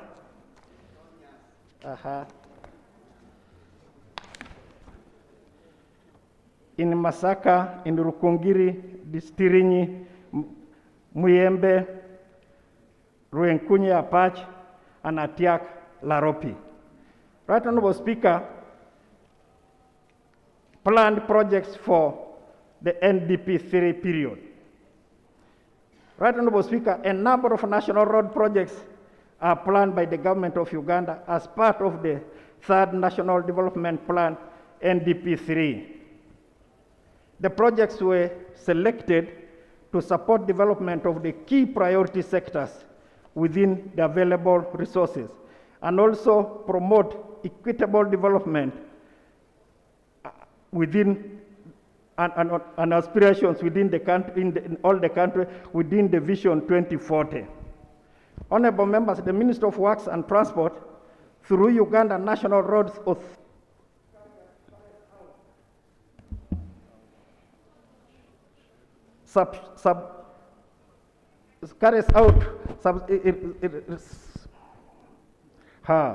carries out, let me repeat the statement, Honorable Speaker. Honorable Speaker, the Minister of Works and Transport, through Uganda National Roads Authority, carries out technical needs assessment and traffic situation on the national roads network every year. The assessment determines the required interventions on the network. Based on the technical needs analysis undertaken in 2020, approximately 8,811 kilometers of unpaved roads required upgrading to paved standards. Over the 5-year period, this was estimated to cost approximately 22 trillion shillings. 32 trillion shillings, I beg your pardon, which was far above the available resource in the 5-year planning period for the NDP3. The roads were therefore prioritized to fit within the available resources in the medium expenditure framework, that is MTEF. The prioritized roads are classified as follows: 3,602 kilometers are meant for road upgrading, construction of 6 strategic bridges, and the capacity improvement of 32 kilometers of roads in Kampala and the surrounding districts. The details of these road projects are shown in Annex 2. Honorable Speaker, the above are the development projects that have been undertaken and are planned on the national roads network. In addition to the development projects, the government is making also efforts in maintaining and rehabilitating the existing road infrastructure in the country, rehabilitation and maintenance of the national roads. Honorable members, in the 5 years from 2015 to 2020, the government of Uganda has invested in the rehabilitation of the following roads. If you look at that,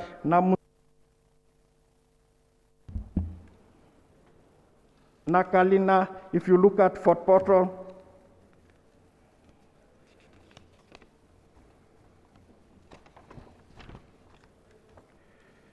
Chenjojo, if you look at Hoima, if you look at the Shaka, if you look at rehabilitation of Masaka Town roads and Mitiana Mubende Road, which is ongoing.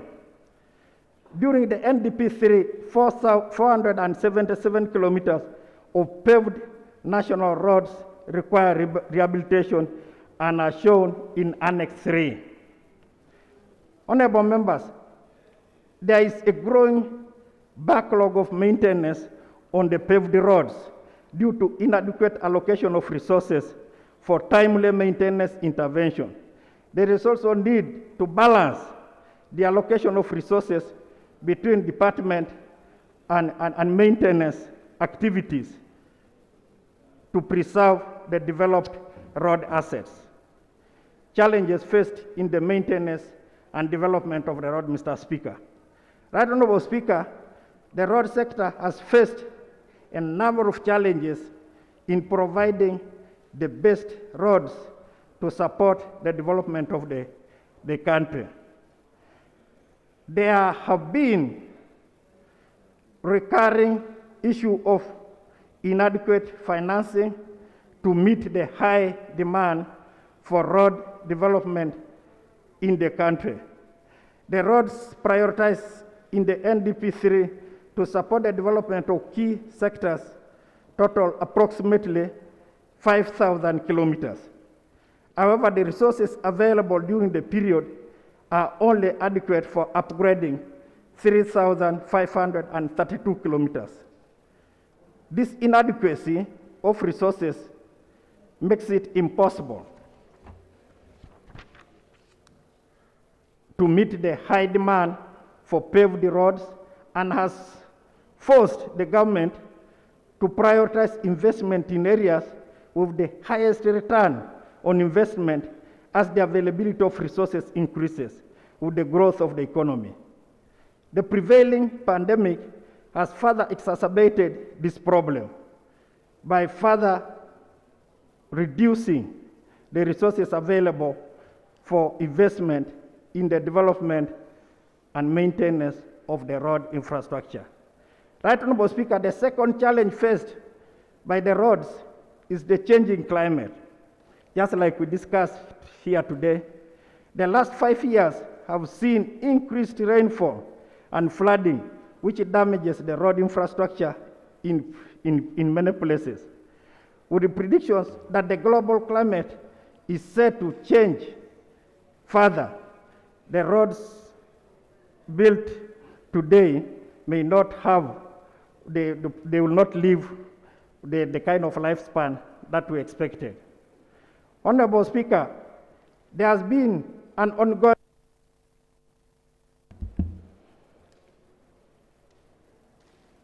of low participation of local contractors and consultants in the industry, especially for complex high-value projects. The government of Uganda has prioritized the development of the private sector in the NDP 3 period under the private sector development program. The Minister of Works and Transport will make sure that all its investments take into account this national objective. Some progress has been made in this area. The end of financial year 2020-2021, 38.8% of signed contracts worth 1.3 trillion had been awarded to local providers. Such ambitious construction company, Daenco something limited, Construction Limited, some consultants limited,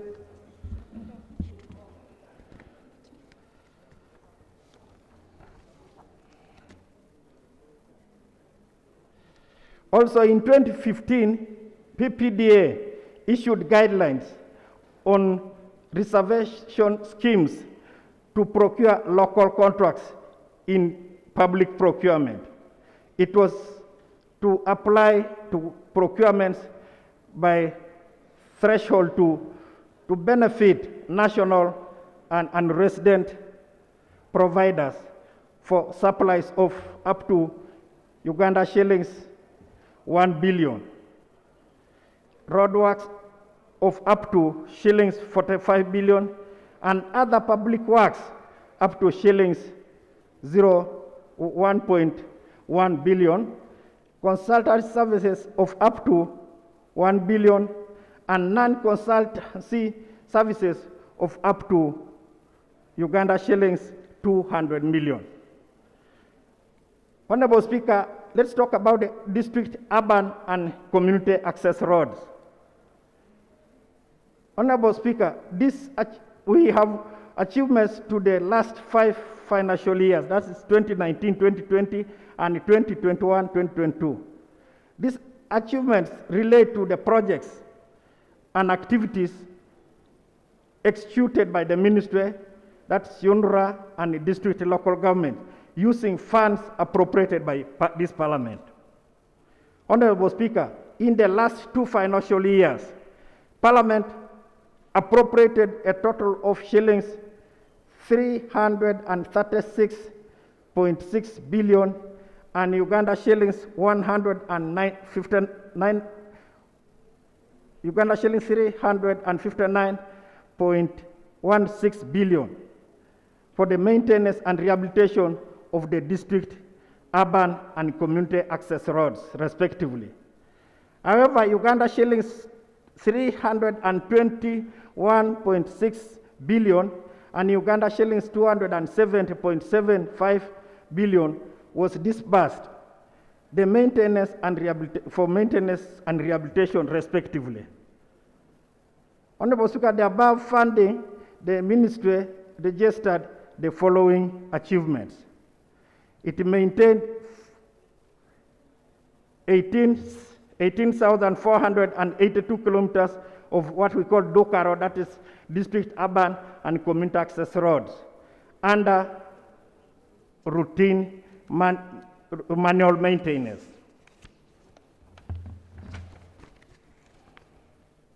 It maintained 3.47 kilometers of DOCA roads under, again, routine mechanical maintenance. It maintained 330.72 kilometers of DOCA roads under periodic maintenance. It also rehabilitated 729 kilometers of district roads using force account. Force account of, that's when we use our own equipment and staff. It rehabilitated 86.5 kilometers of community access roads.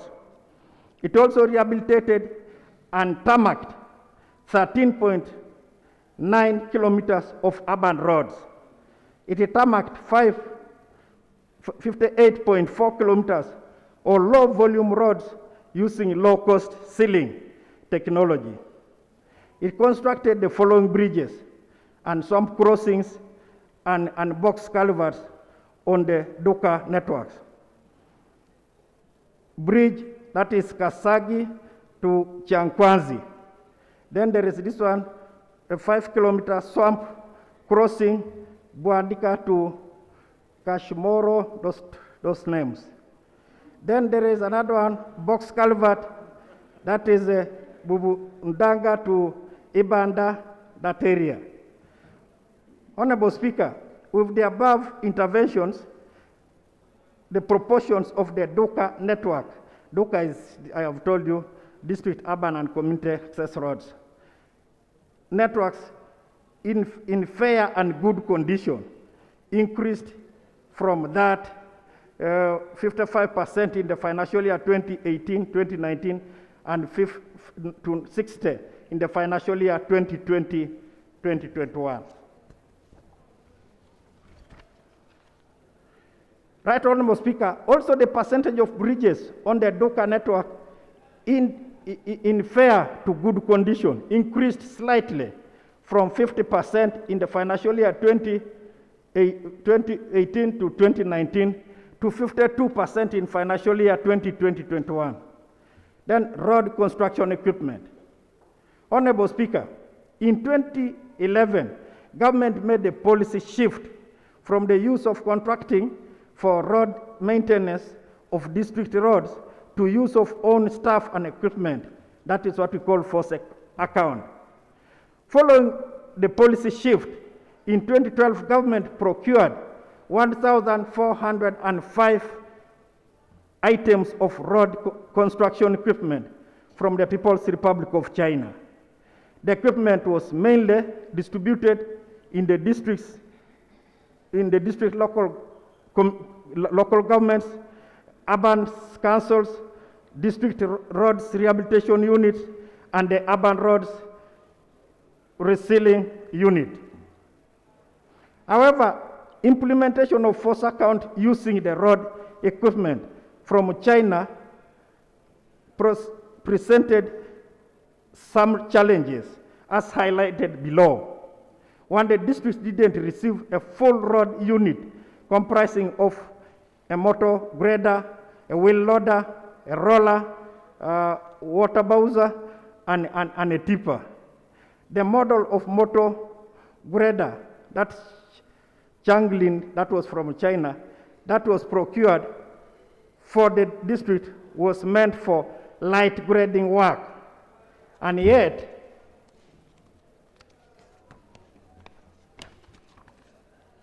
most of the roads in the district had deteriorated to a level where heavy grading and rehabilitation was required. Lack of well-trained and skilled equipment operators in the local governments, resulting in frequent equipment breakdown and poor quality work, and lack of effective and efficient after sales services and maintenance for the Chinese equipment. Right Honorable Speaker, in 2017, the ministry coordinated the procurement of additional 1,150 items of road construction equipment from the government of Japan. The road equipment was delivered in 2018 and distributed to the 122 district local governments, including other agencies like KCCA, UNRA, NDC, and the Ministry of Works itself for force account centers. Each of the 122 districts received one motor grader, one wheel loader, one roller, one water bowser, and one tipper truck. To effectively maintain the road construction equipment from Japan, the ministry signed framework contracts with 3 local equipment dealers to provide after-sales maintenance for these manufacturers during the warrant period. This include MS Victoria Equipment, Komatsu dealer, or to maintain the motor graders, bulldozers, hydraulic excavators, and wheel loaders.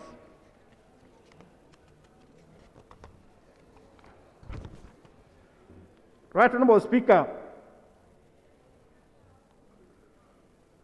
Spear Motors Limited, this for Mitsubishi Fisher dealer, to maintain tippers, crane trucks, self-loaders, low loaders, and water bowsers.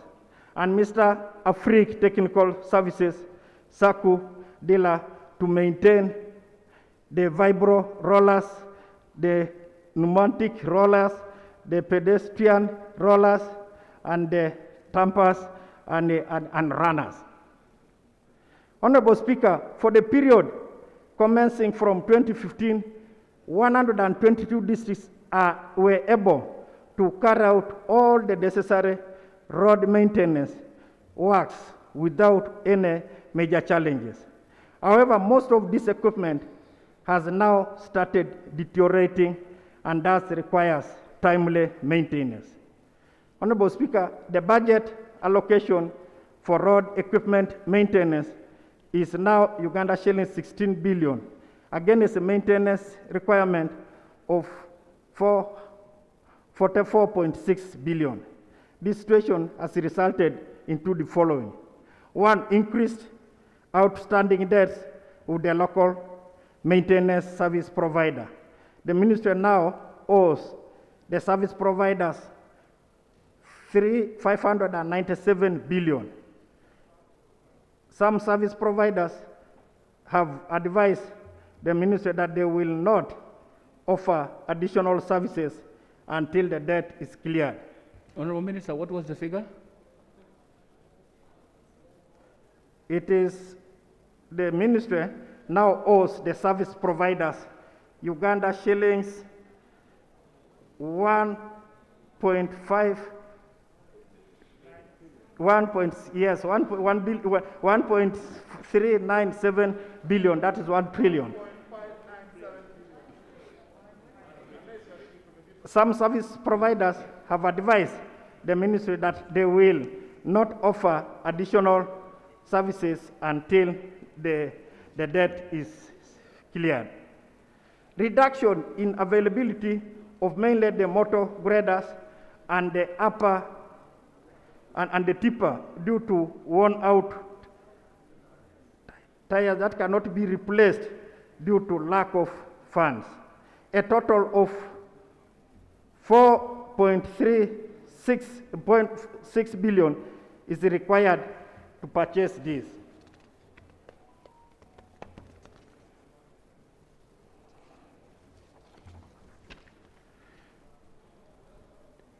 Right Honorable Speaker, increased repair backing as the equipment awaits availability of funds before they can be repaired. Rising number of Chinese equipment getting grounded due to lack of maintenance, the maintenance budget and also spares. poor funds observation by the district local governments and urban councils, especially those whose equipment is not operational. Mr. Speaker, my ministry is procuring additional road construction equipment for 15 new districts, which were created between 2019-2020.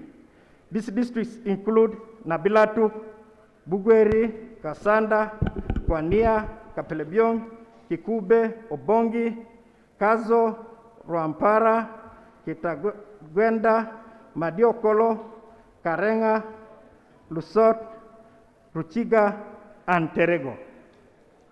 Right, Honorable Speaker, after delivery, each district is expected to get one motor grader, one wheel loader, one vibra roller, one water bowser, and two tipper trucks. And this is estimated to cost shillings 55 billion, Mr. Speaker. Whereas the procurement for the above equipment is ongoing, the required funds are not available in the ministry's budget. This is an issue that requires our collective effort to allocate funding for this much needed equipment. Regional mechanical workshops and zonal equipment centers.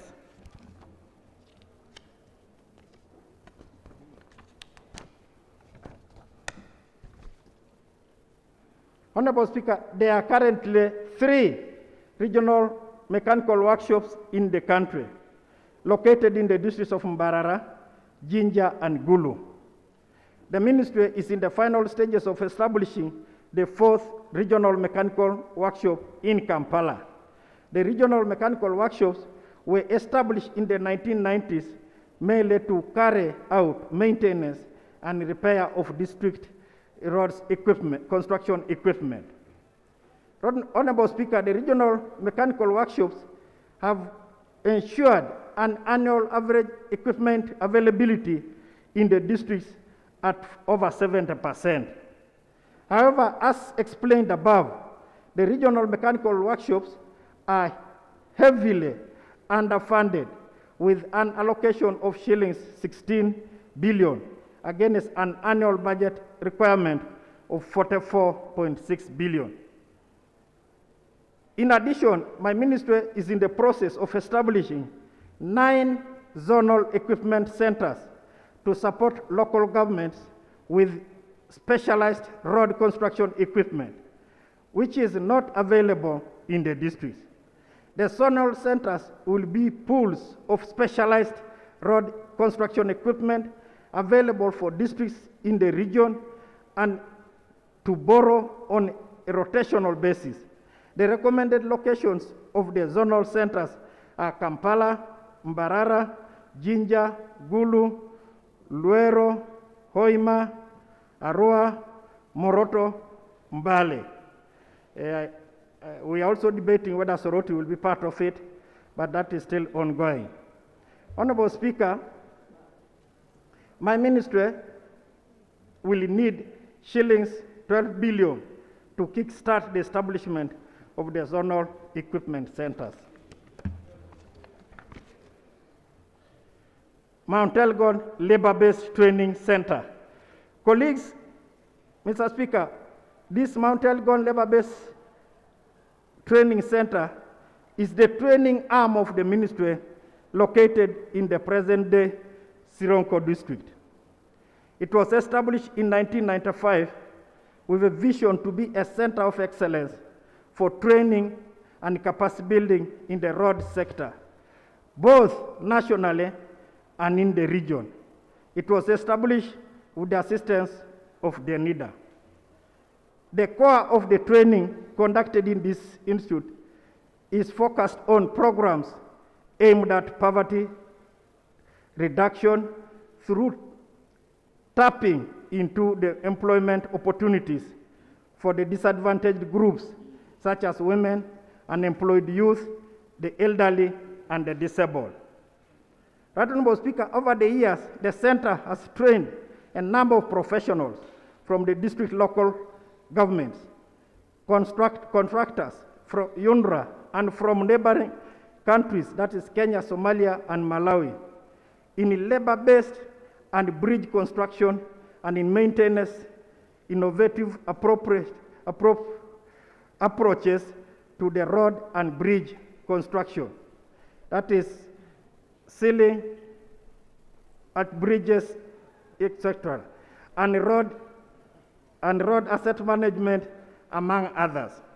Right Honorable Speaker, this institute's annual budget has until this financial year been 6 billion, but has been increased now to 4 billion, now it has increased to 6 billion, which is sufficient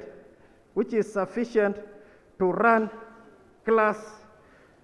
classroom training and practical demonstrations, but inadequate for construction of trial sections by the trainees. The center will need an annual budget increment of 4 billion in the medium term to construct a modern hostel, acquire more training facilities and equipment.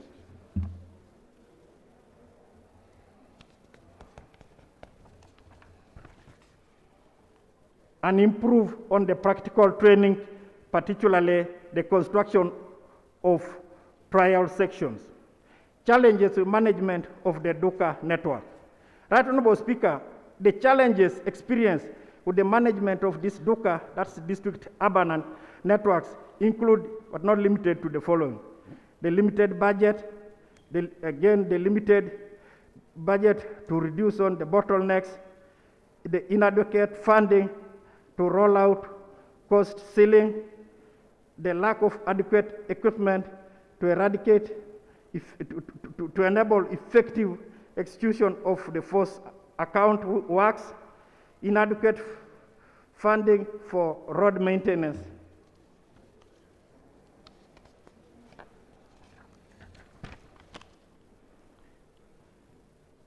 Absence of a contingency fund, which are sometimes not touching in the issue of works. Right Honorable Speaker, I would like to assure you and the honorable members of this House that the government has prioritized the development and maintenance of the road network to support economic development and socioeconomic transformation. There have been several successes registered after the increased investment in the roads network, including the achievement of having oil class A, international roads upgraded and paved standard. The Ministry of Works and Transport, through Uganda National Roads Authority, has planned several projects within the NDP3 period, which will further improve the condition of the roads. I know yesterday some members saw some of the roads and were receiving questions as to why some have been left. We are going to explain that also. The government of Uganda will continue to prioritize first investment in road infrastructure through the national development plans to achieve the target of Vision 2040 of paved roads, density of 100 kilometers of paved roads for every 1,000 kilometers, up to 30 kilometers of paved roads for every 1,000 kilometers. And the government of Uganda, through the Ministry of Works and Transport, will continue to invest in maintenance of public roads to ensure that the proportion of roads in fair to good condition is maintained or at a minimum of 80% throughout the NDP3 period. Mr. Speaker, in conclusion, my ministry is committed to improve the road network by ensuring timely and effective maintenance of public roads. I by construct the priority projects identified in the National Development Plan 3 and to facilitate delivery of public services, economic activities, and then to ensure the highest returns on investment. Right Honourable Speaker, I beg to submit. Thank you very much, honourable members. You recall that this was part of the report that should have been done tomorrow on the request of the senior minister.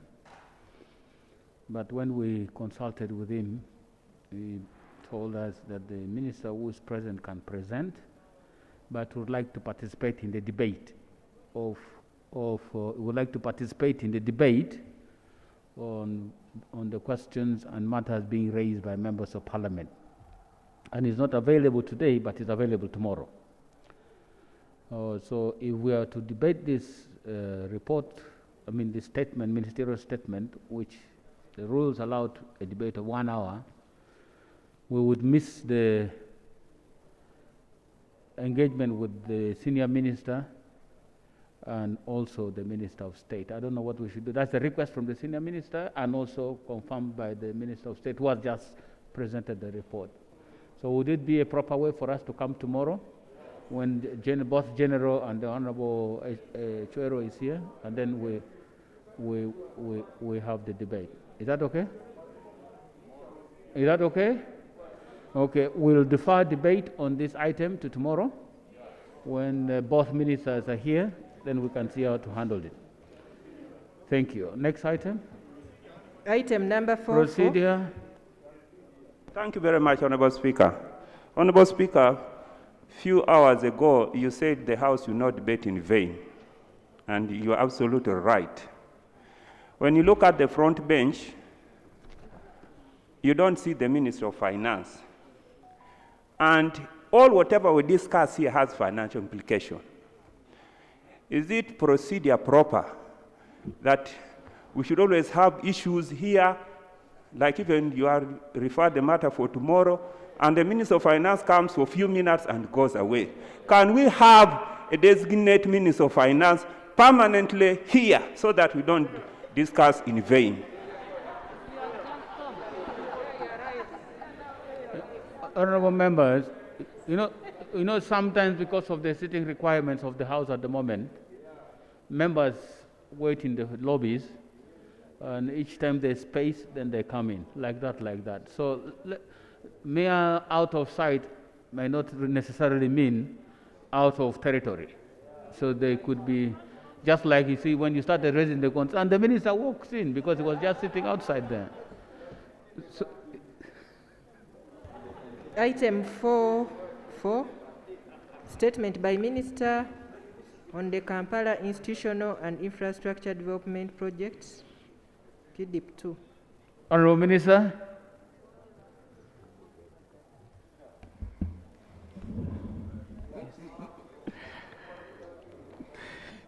Right Honourable Speaker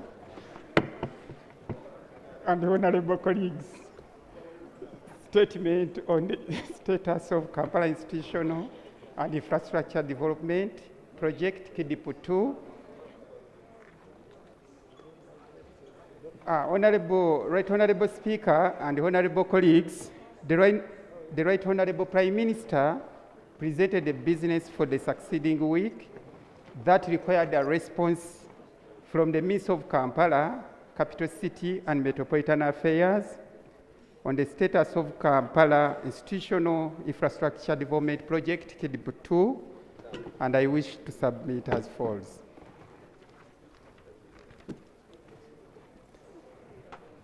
Honourable Speaker and colleagues, the introduction is just members have gone through it, but for the purpose, the project started way back in 2003 up to 2013, and the succeeding KIDIP 2 is a succeeding project which is implemented by Kampala Capital City Authority and funded by World Bank.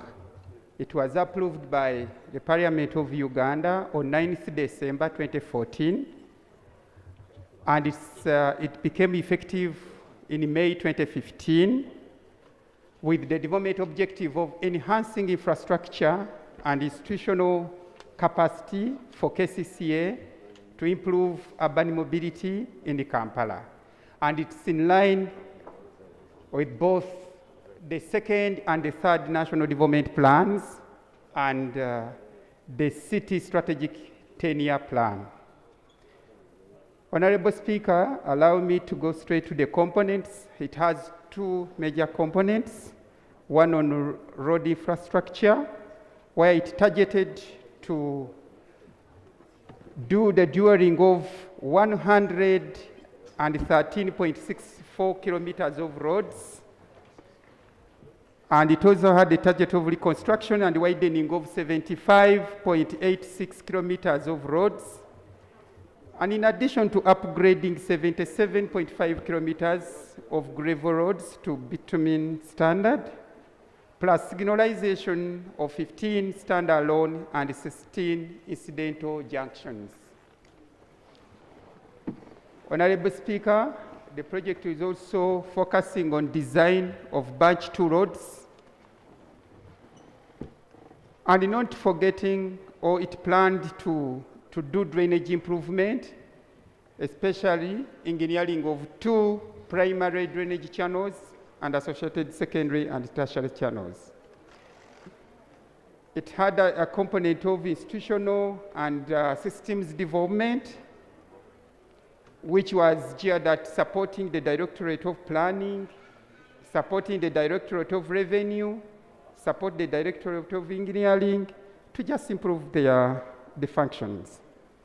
Honorable Speaker, the project's financial package is it's a total of 183.75 million United States dollars, of which 175 was coming from International Development Association of World Bank, and the counterpart financing of 8.7 million USA dollars. Honorable Speaker, allow me to go straight to the achievements, one which is also broken in 2 parts. One, financial achievements, and then the physical progress. In terms of finances, to date, the bank has disbursed United States dollars 158,292,655.28 cents. And the counterpart financing, government of Uganda, has disbursed $11 million, 535,414.63 cents. Honorable Speaker, I will interest the members to go through that table, just detailed what I've just said. And also the second table just analyzes the cash flows. And allow me to go to the physical progress. In terms of roads, dualling, reconstruction and upgrading, the project has so far completed improvement of batch 1 roads, totaling to 26.25 kilometers, of which the details are there. We've dualed Chira Road, Mambre Road, Makerere Hill Road, and I call the members to go through the list. The list is a bit lengthy, but for purposes of time, allow me to stop there. Honorable Speaker, in terms of signalization of the 12 junctions, the junction at Fairway was completed. 4 junctions along Makerere Hill Road, 3 junctions along Chira Road, 1 junction along Bwaise Mambre Road, and 3 junctions along Hoima Road, Bakuli to Nakurabia section. On the improvement of batch 2 roads, totaling to 31.4 kilometers, there has been an upgrade of Kurambiro Ring Road, reconstruction and dualling of John Babiha, which is commonly known as Acacia Avenue. The list is lengthy. In terms of signalization of the 16 junctions, 5 junctions along John Babiha in the Blackett Acacia Avenue have been completed. 5 junctions along Nakawa and Tinda Road, 2 junctions along Lukuli, one junction at Kasubi, and 3 junctions along Kabusu-Bunamwaya Razor Road. Honorable Speaker, some work is still ongoing on the construction of drainages, and this focused on 2 mainly, the construction of 2.58 kilometers of Lubiji drainage channel, and the construction of 3.28 kilometers of Nakamiro secondary drainage channel. The pictorial evidence is attached. I will interest members to go through. Then in terms of institutional development, 373,826 properties in the 5 divisions of Kampala have been assigned household numbers. The details in the table is as follows: in Nakawa, 75,662 has been achieved, Central 1375, and the list goes by in that table. So I will interest honorable members to go through the table. There have been also assignment of household numbers, but most importantly, Right Honorable Speaker, 12,547 house number plates have been installed as a pilot, and 3,350 sites have been installed with load signage, and 7,111 unnamed roads have been named. But most importantly, the GIS support system services have been enhanced in the city. Honorable Speaker, you can now easily locate a place where you are just by dropping a pin on your phone. In terms of computer-aided mass valuation of properties, commonly known as CAMV, the general valuation lists for 5 divisions have been completed, and the supplementary valuation lists also came in, have also been completed,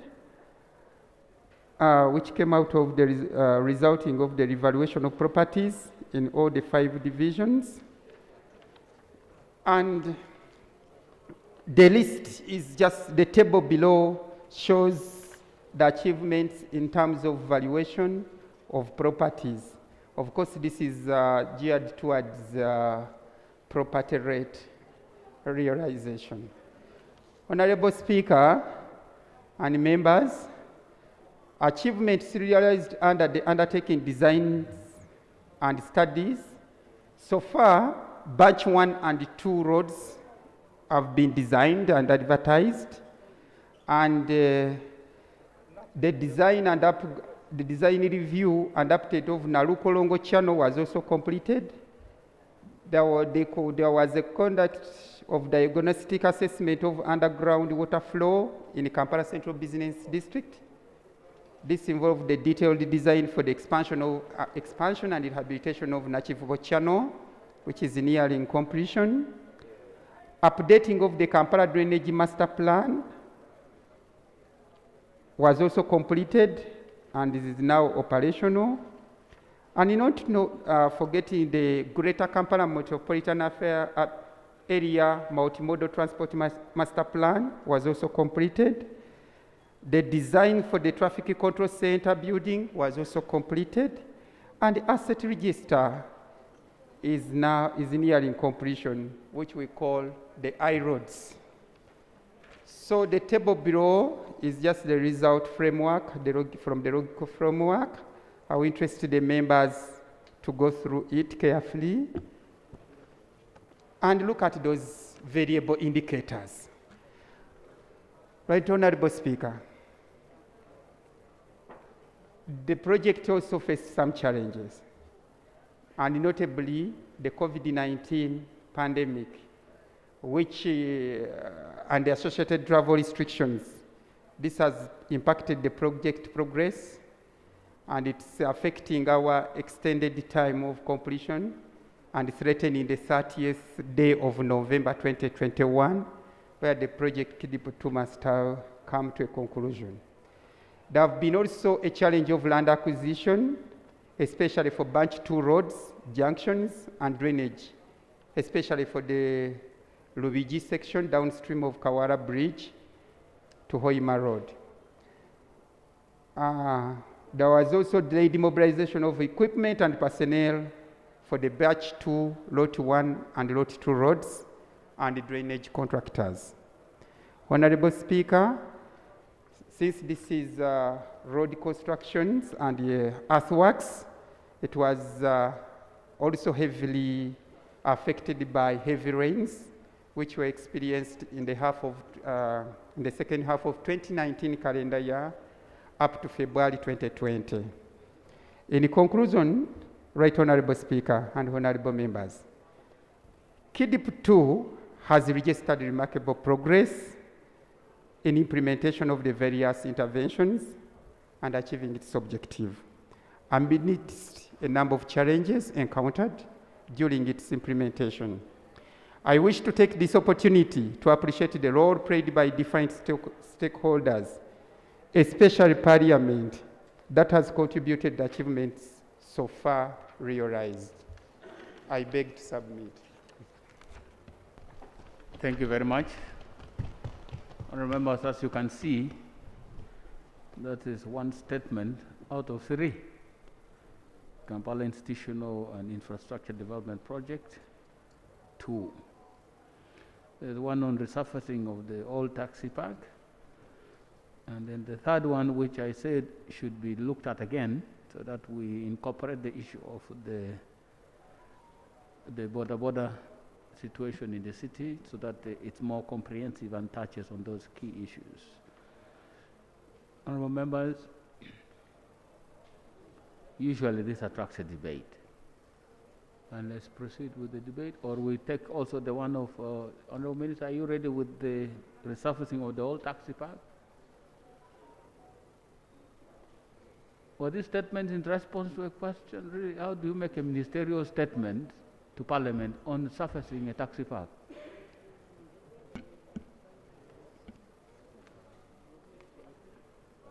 Please proceed. Then we do the debate jointly, if necessary.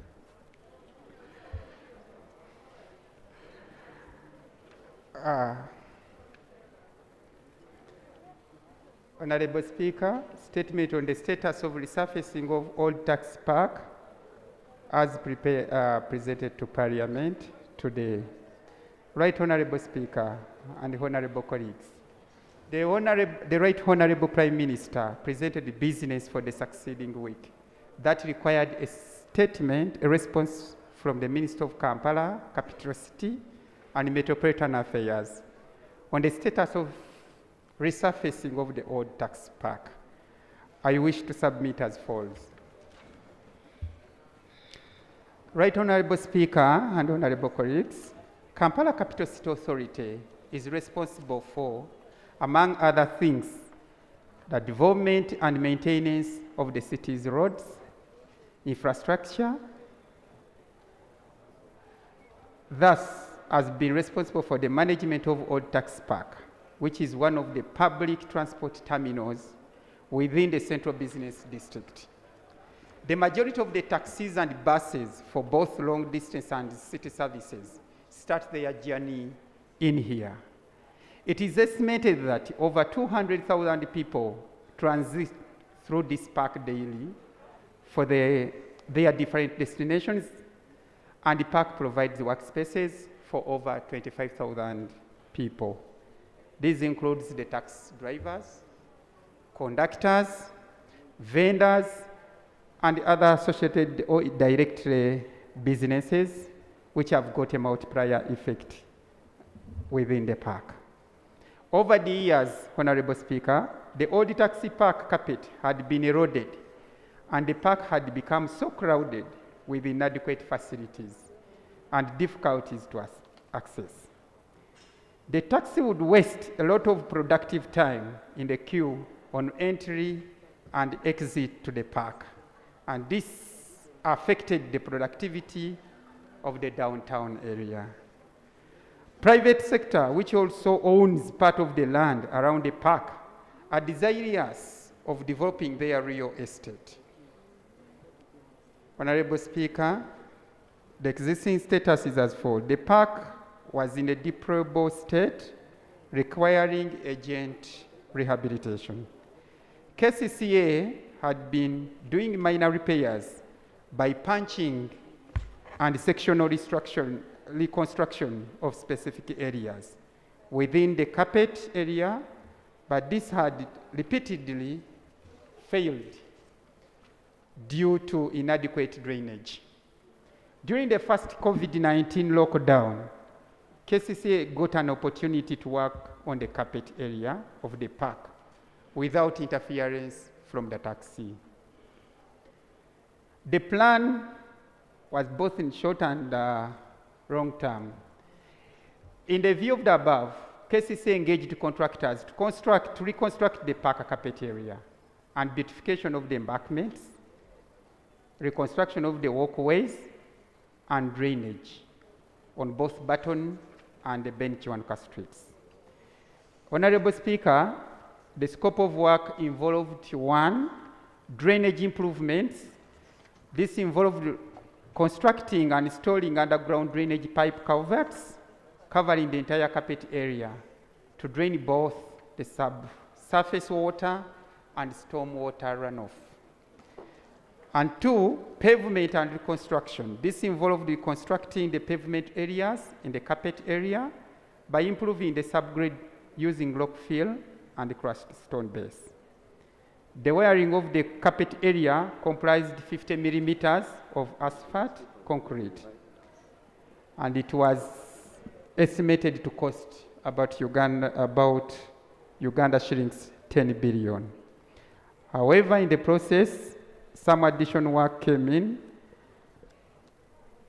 which was envisaged to enable successful completion of the work in accordance to approved designs.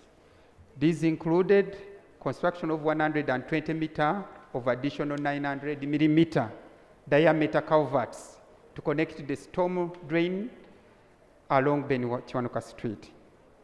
2, installation of additional concrete curbs for channelization of islands and waiting areas within the park.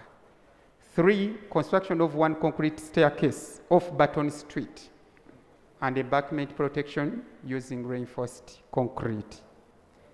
Then there was additional excavation in soft material to spur and then backfill using imported material. It was discovered it was mainly clay beneath the surface.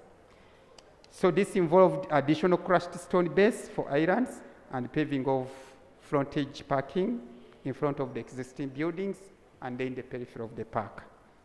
Additional improved upgrade using rock fill. Additional paving of frontage parking area adjacent to the park.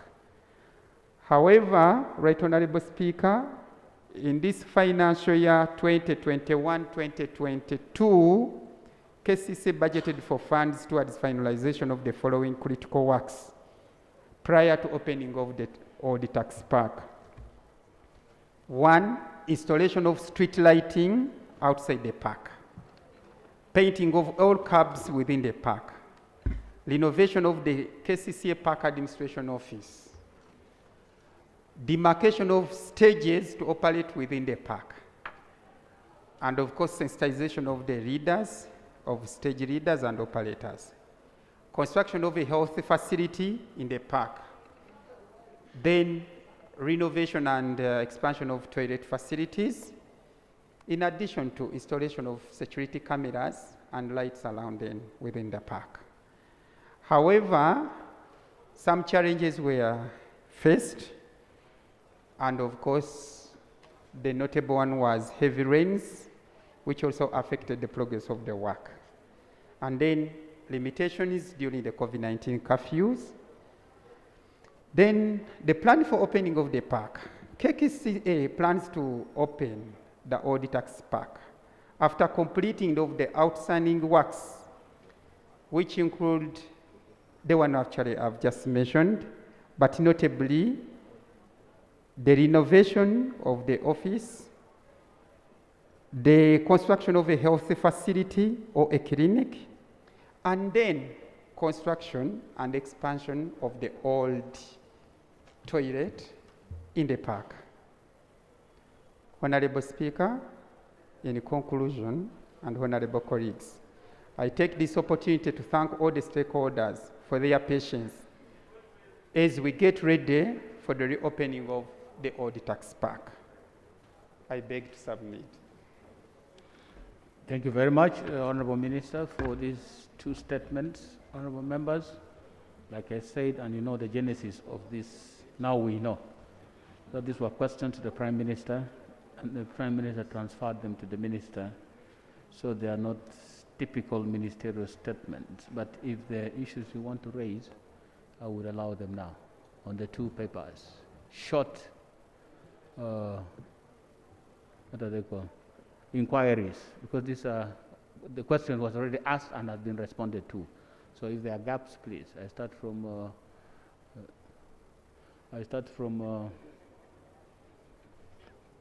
Bujiri. Right Honourable Speaker, I thank you for the opportunity. Right Honourable Speaker, there is the issue of allocation of stages in the old tax park.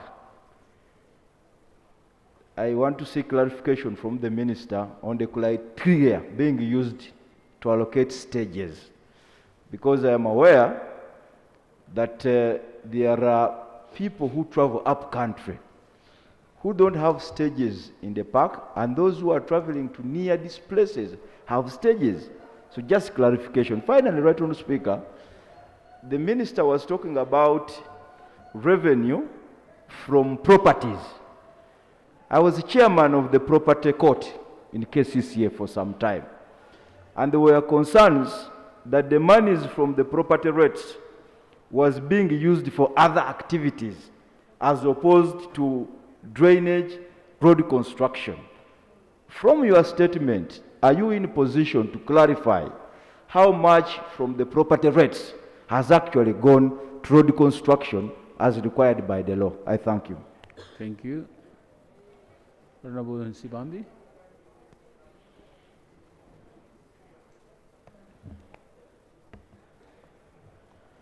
Thank you very much, Right Honourable Speaker. The Minister has given a statement about the renovation of the old tax park. I have two concerns. One, the land that houses the park, now old taxi park, was given to KCCA by the District Land Board for that specific purpose. Then KCCA leased the entire land virtually to private developers who have titles, and they're supposed to build malls. They also have a court order saying the land belongs to them. Under what law and arrangement are you committing public resources and even allocating stages and even promising to build a hospital when the land was allocated or leased by you to private developers?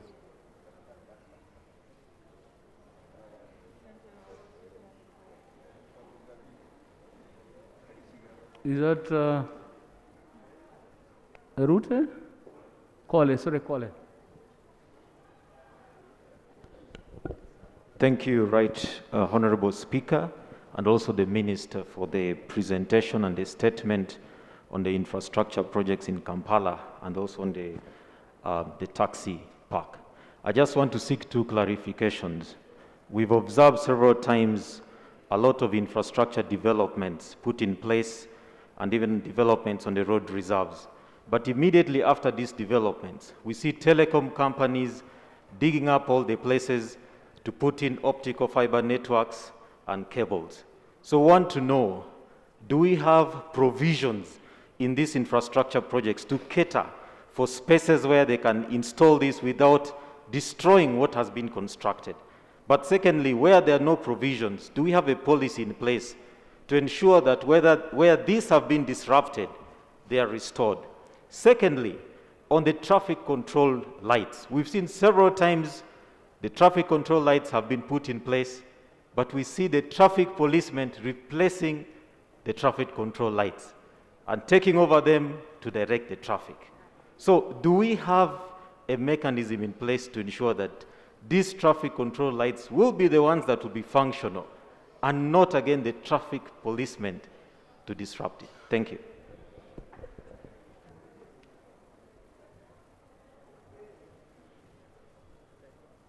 Yes, Honorable. Thank you, Right Honorable Speaker. I am Shami Malende, the District Woman Representative for Kampala.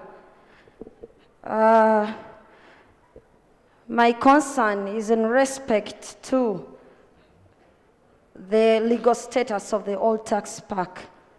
And I'm seeking clarification from the Honorable Minister on behalf of the people operating in that area as regards the place which has been designated as a public transport area, in view of the fact that from the presentation it appears the taxi park has already been leased out to different private persons.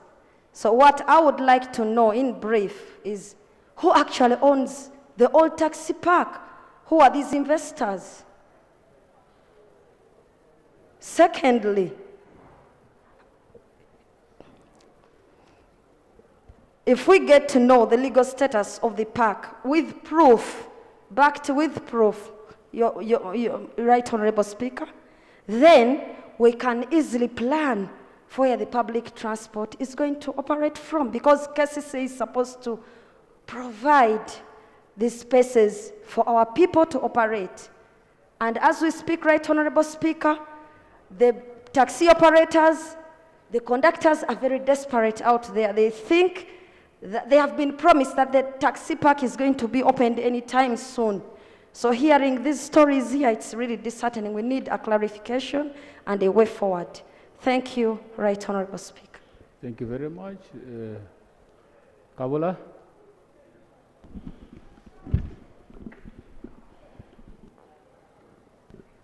Thank you, Mr. Speaker.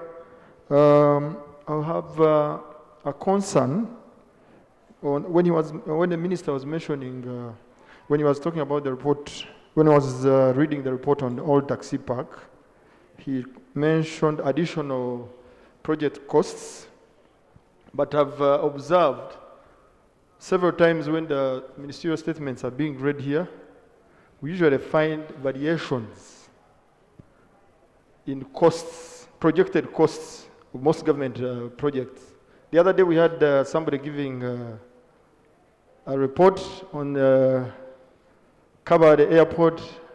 There was also a report on the expansion of the airport. And in most of those projects, they are telling us additional costs, additional costs. I would like you to guide us, Right Honorable Speaker, on who can help us do an assessment of these government projects on these additional costs. Because in most cases, these government projects, we do designs, we do approvals, we do assessments of what we are going to do. But in most cases, we find that variations in these costs are really beyond imagination.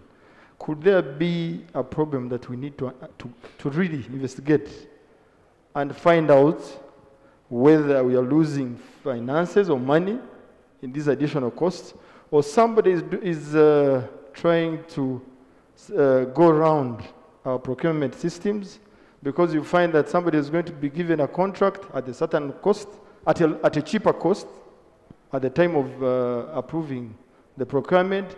Then later variations are made.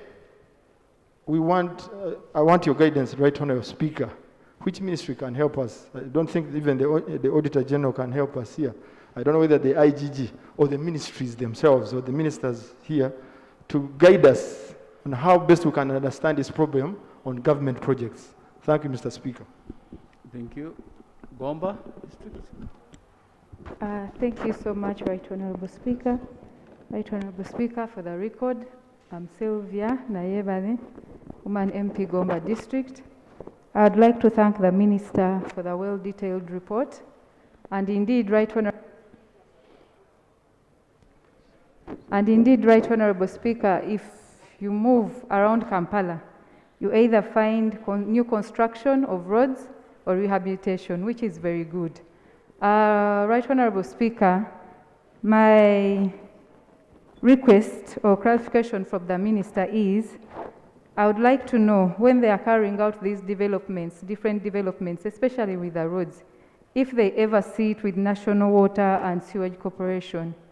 Because, Right Honorable Speaker, during the rainy season, it is evident, practically in 2/3 of Kampala, during the rainy season, it's either intentionally or unintentionally that sewage is released into the city.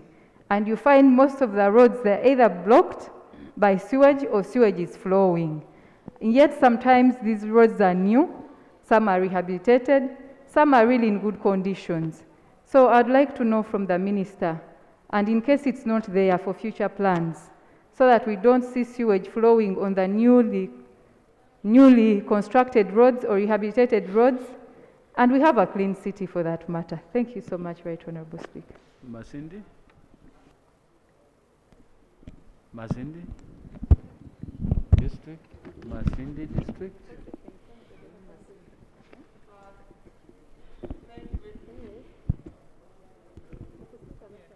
Thank you very much, Right Honorable Speaker. For the record, I'm Dr. Sime Florence Akiki, Woman Member of Parliament, Masindi District. Thank you very much, Honorable Minister, for the presentation. I stand on the issue of the chronic flooding of the city. Why has that problem persisted over the years? Every time it rains, we get worried where we're going to pass. What plans are in place to address the issue of drainage and flooding in Kampala? Thank you. Thank you very much. Yes, Honorable. Right Honorable Speaker, for record, I'm called Isaac Mudoi. I represent the people of Luteshe, where the landslides more or less originate. Thank you, Honorable Minister. My concern is the consultation. There are so many authorities in the City Council. Call them stakeholders. My fears need to be rested. Has that record or what you presented has been consulted widely, or it is just originated from one source? Because when you make up a statement, another authority will say, we are not aware. We have partners in Kampala City Council.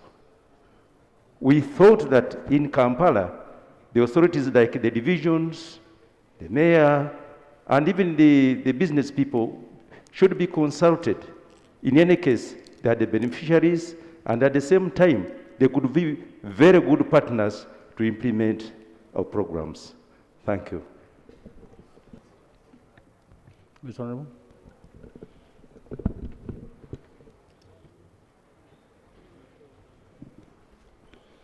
Thank you very much, Right Honorable Speaker. I'm at Kwasarita, woman in Pimbara City.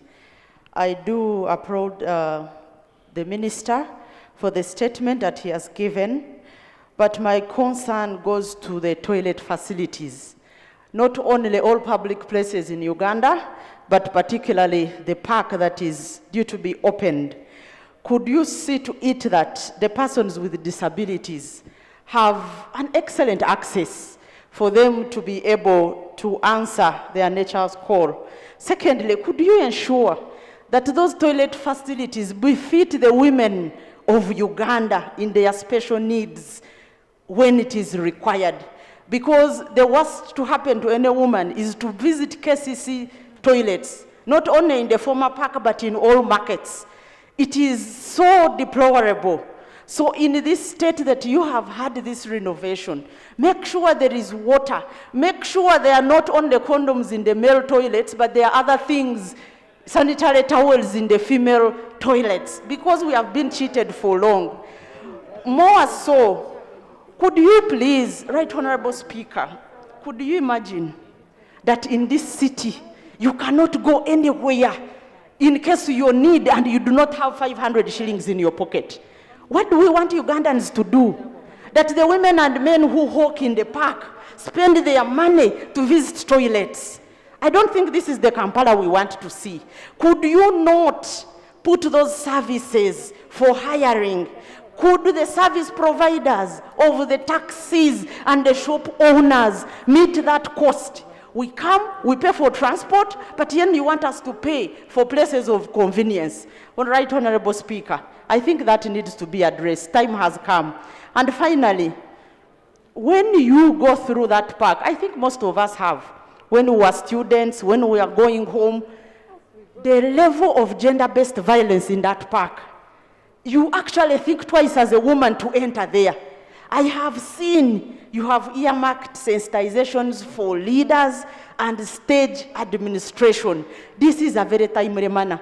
Personally, in my other engagements before I came here, I took time to train KCCA. Their gender office, their CDO should do work to train those men, most of them are men, to stop giving, extending their hands in taxis. Right, Honorable Speaker, when you sit in a taxi, could you add me 1 minute? Before you know it, somebody is engulfing you with their hands. You know, before you know it, somebody is encroaching your body uninvited. So could that be a very big opportunity to make safer cities, which are not only an SDG, but it is our right as women to move freely in all these cities. Thank you, Right Honorable Speaker. Thank you. Lamour, Itan Lamour.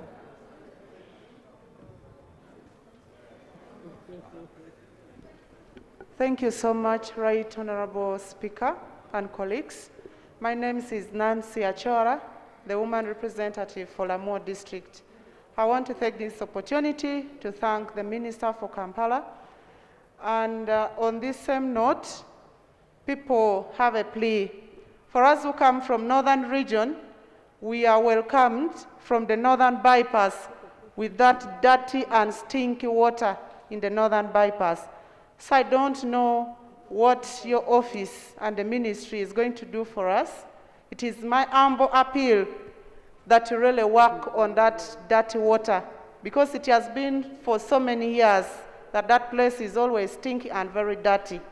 I also want to add on the same note that some of us who do shopping in Nakawa market, if you don't have a strong heart, you cannot eat food bought from Nakawa market.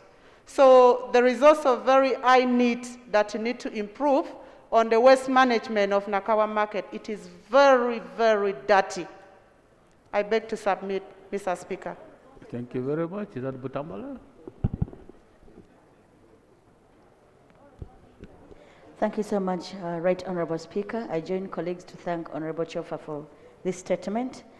I will begin by informing the Honorable colleague from Mbarara, that you're expecting too much from KCCA to supply sanitary towels in toilets for passerbys, where we have failed to supply sanitary towels to girls that are missing schools because of the monthly periods. We're expecting too much. If we are able, we would have begun with the girls.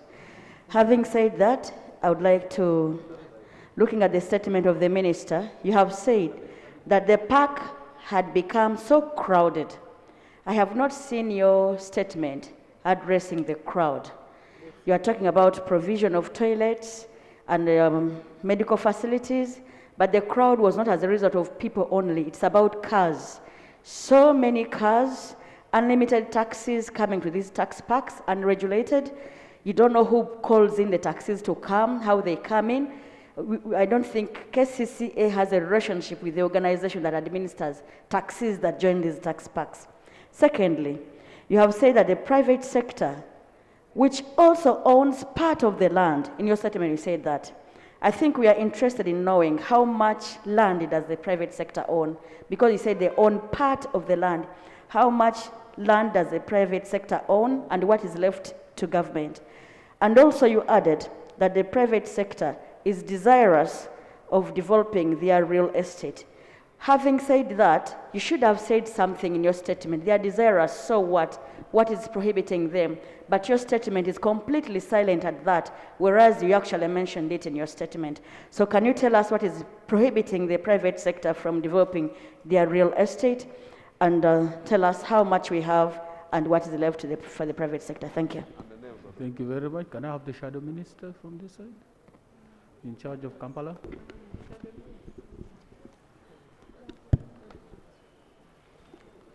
Thank you, Mr. Speaker. Mr. Speaker, let me take this opportunity also to thank the Minister for Kampala. Actually, I want to inform this House that today we had the first engagement as members of Parliament from Kampala. And actually, I didn't know that the Minister was going to happen on the floor of Parliament today. Because as far as I'm concerned, this same report still has a lot of loopholes that we need to agree on as leaders of Kampala. It has accountability issues that we need to address. So I expected, and it's my humble request to these honorable members of Parliament, that this report be forwarded to the relevant committee in charge of Kampala affairs, so that the critical issues that have not been addressed in this report, both at the road network and the drainage system, together with the issues of the old taxi park, be addressed. So, through you, Mr. Speaker, I request to move a motion, and I request my colleagues to pass this motion that this report be forwarded to the relevant committee in charge of Kampala affairs, Kampala and Metropolitan Affairs. I beg to submit, Mr. Speaker. Honorable Minister. Honorable Minister.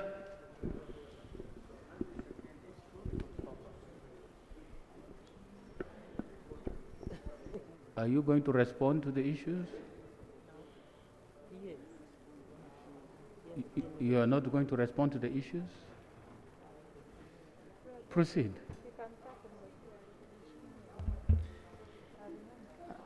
Thank you very much, honorable colleagues.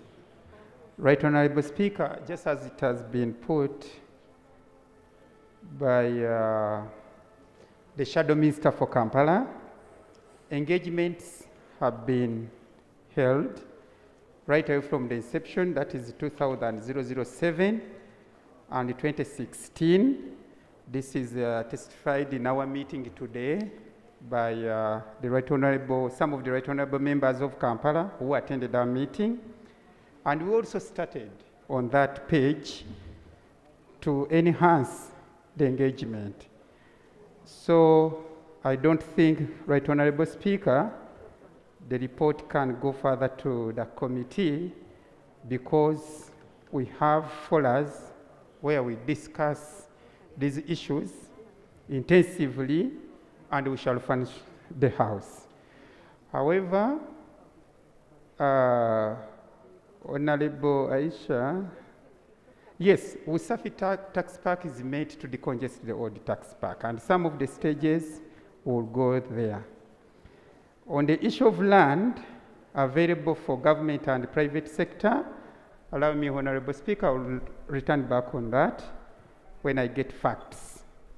I always adhere to your advice of facts on fingers. Hygiene is an issue, that is true.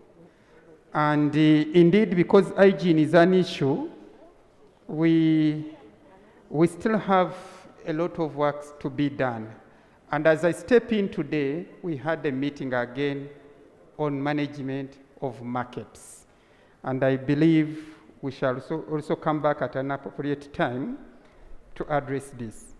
Yes, we said we are constructing the Rubiji channel along that area which welcomes people from northern Uganda.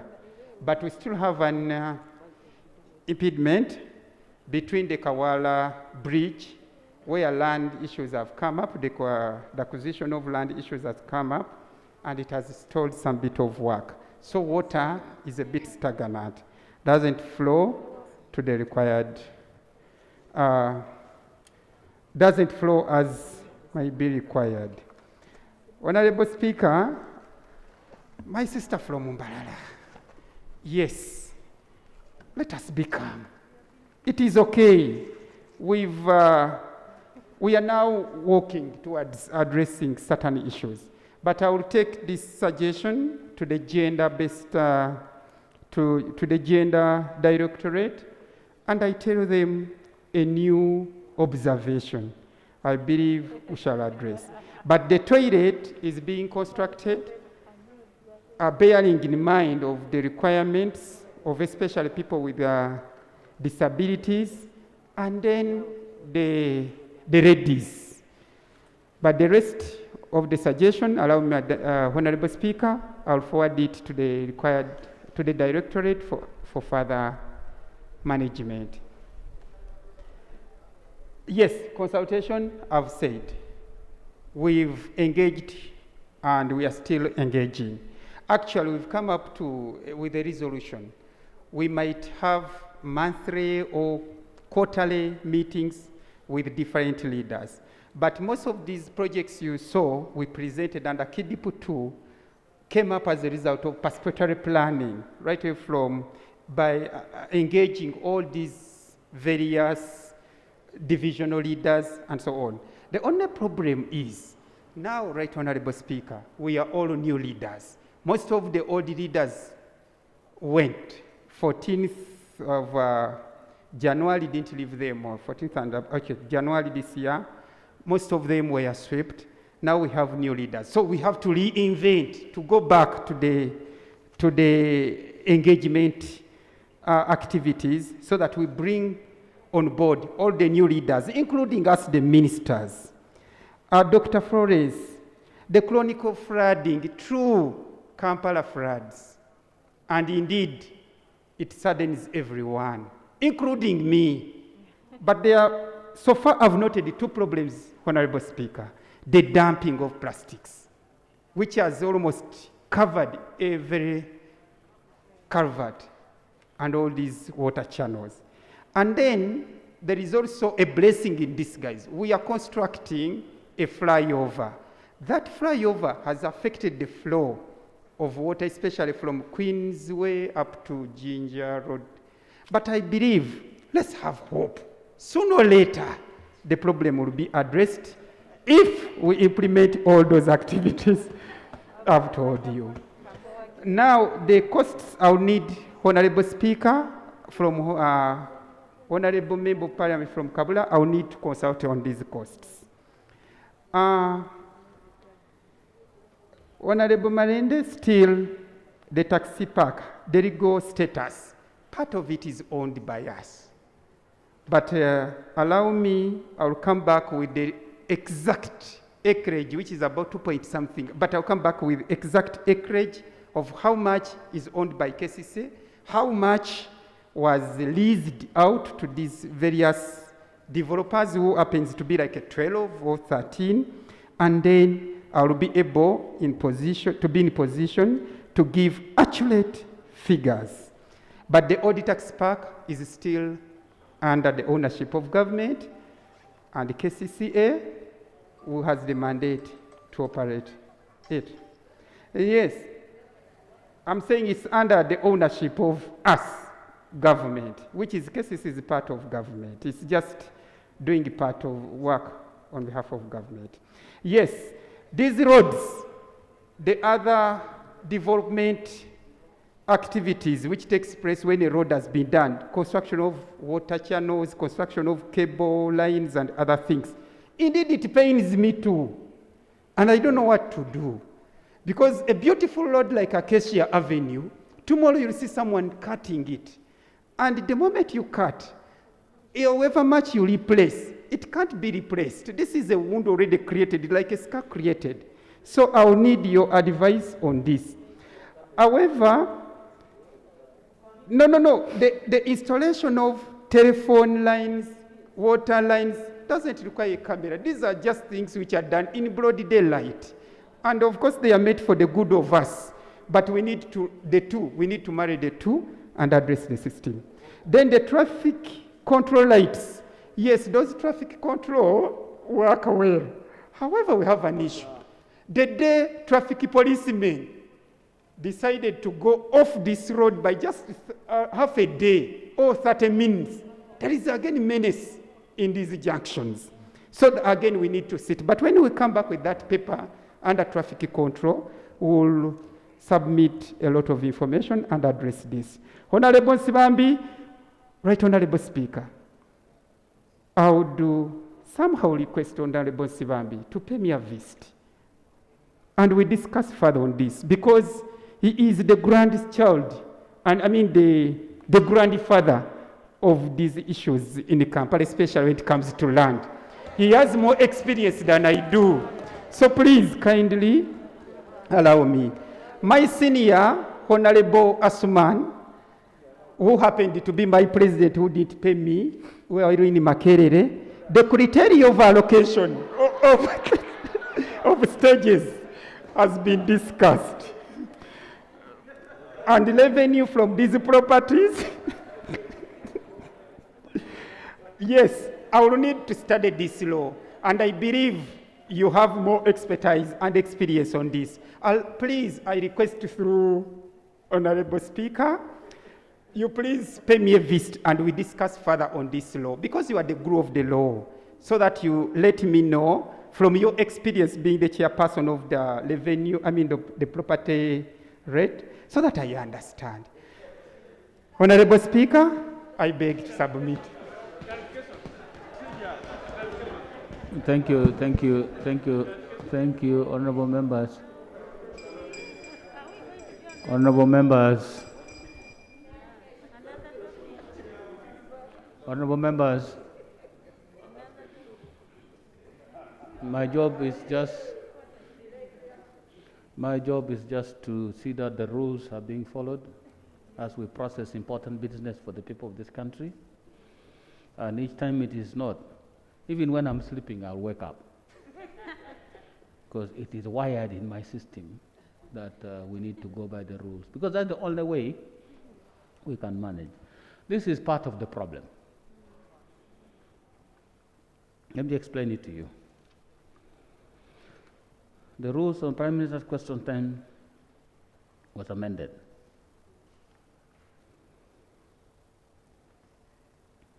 Now we are having a debate. There's Prime Minister's question time every Thursday. But today, we have had an extension of Prime Minister's question time being debated for more hours. There's other business. These are questions to the Prime Minister. Just see how long it is taking us. And you advise me whether we are using our parliamentary time properly.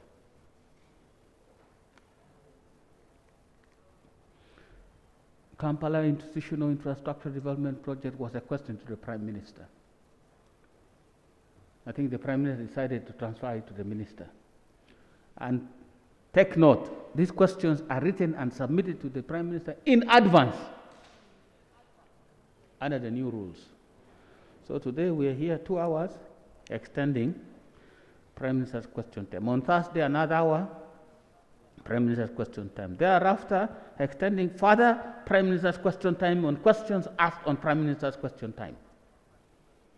I think we need to get a better system. And even the Minister had the courage to say he would like to come back with other answers on this same thing.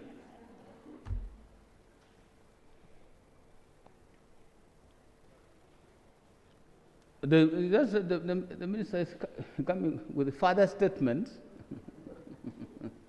on this same thing. We are in trouble. Let's go back to the rules as they are and as they used to work very well for us. And we are about to nominate this committee to review these things so that we are more spot on when we transact business.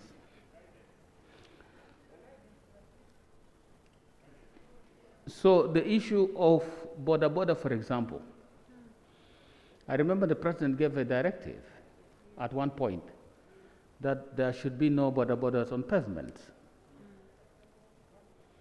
And instead of the policy people and the technical people stepping down this particular directive into an implementable, legally based implementation program, they just deployed police on the streets. The President did not say, remove the borders tomorrow from the street. He said, find ways within the law, within government policy, to over time get border borders off the pavements. That is what the policy direction the policy the president gave. He did not ask police to go on the street and start beating people, getting them off the streets. So ordinarily, where these policies are stepped down properly by technical people, what should have happened would have been, they convene a meeting. Yes, we have had this directive from the president. How do we make it implementable? They would have drawn lanes, riding lanes, bicycle lanes, border lanes, and enforced, because now you have an option. You chase border off the pavement, send them onto the street, and they end up in hospital, either in hospital or dead. You keep them on the pavement, they are knocking people who are walking. So the solution should have been create lanes for borders. If it requires extending roads, extend them, so that there's a permanent solution to the issue of riders. So that's what the president said. So when we started beating everybody on the pavement, everybody forgot about it. It became so bad that they stopped it, because the implementation was completely against everybody who understood anything. So now we have forgotten it. Now, look at what is happening. So because we don't interpret directives properly and implement them in accordance with the law and do things, we make lots of mistakes in the process of implementation.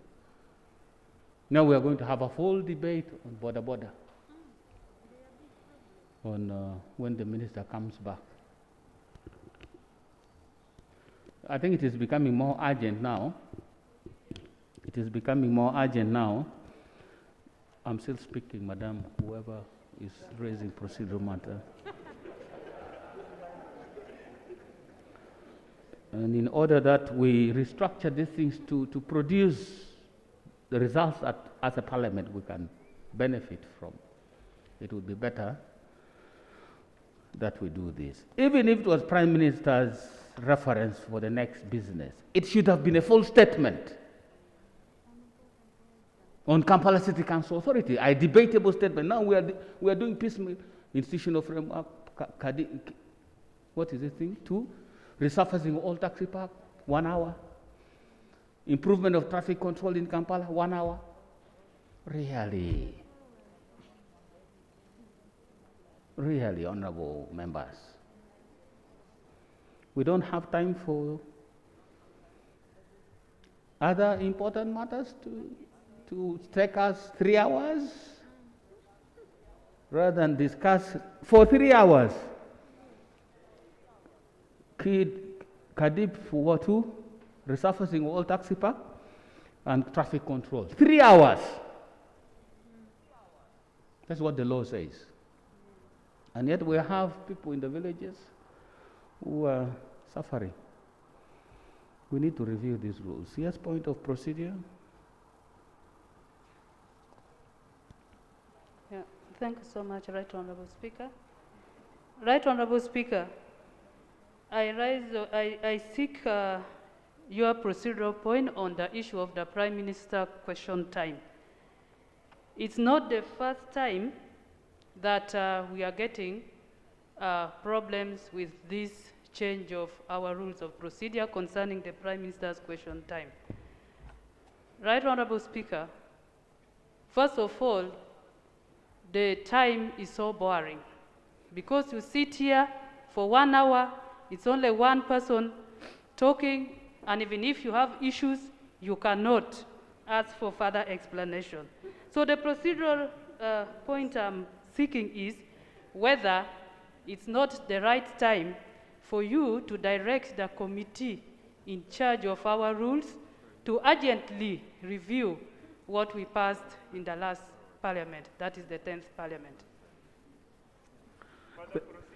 Thank you. As far as the rules are as they are now, we are proceeding very well, because that's what they say.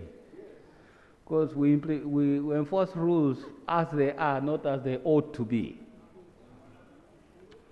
It's not in the rules anything talking about further procedure, so I will.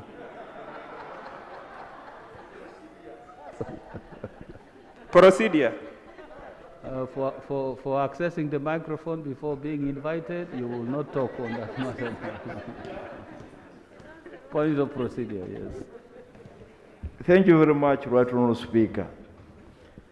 Right Honourable Speaker, I recall in one of your communications, you did guide and express the need to actually make a further review of our rules of procedure to provide clarity on many issues that are not clear, but also on procedural inconsistencies that sometimes arise out of the way we conduct business here.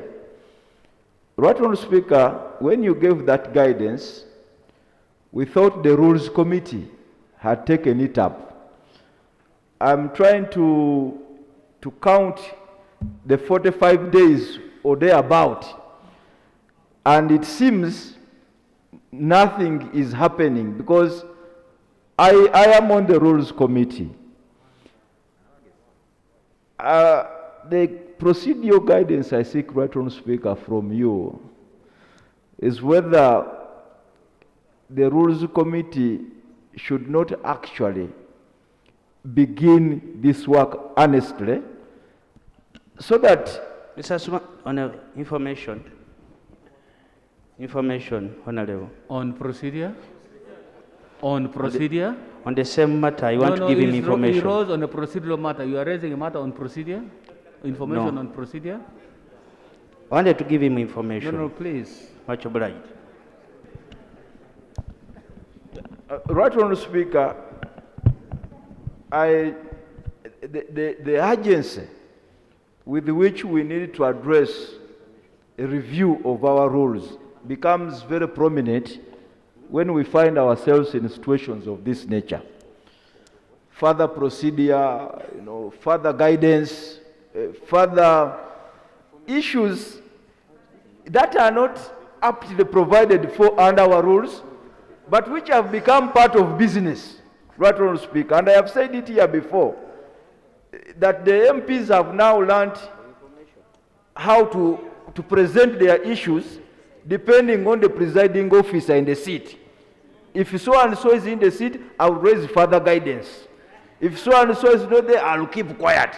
So, Right Honourable Speaker, I seek your guidance, procedural guidance. Isn't it really time for us to deal with this issue once and for all? And when is the Rules Committee beginning with this process so that it is dealt with conclusively? I thank you, Right Honourable Speaker. Thank you very much.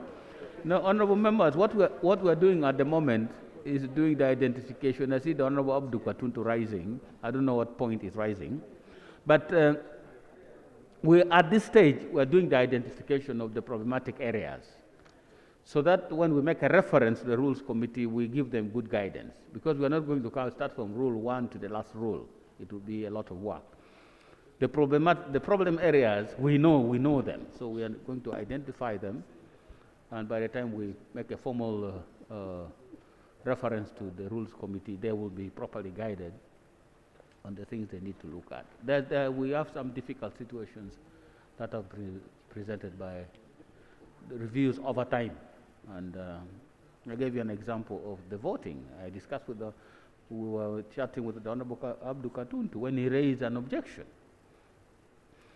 A constitutional, I think it was a constitutional amendment matter, and the rules say the doors should be shut. These doors should be shut.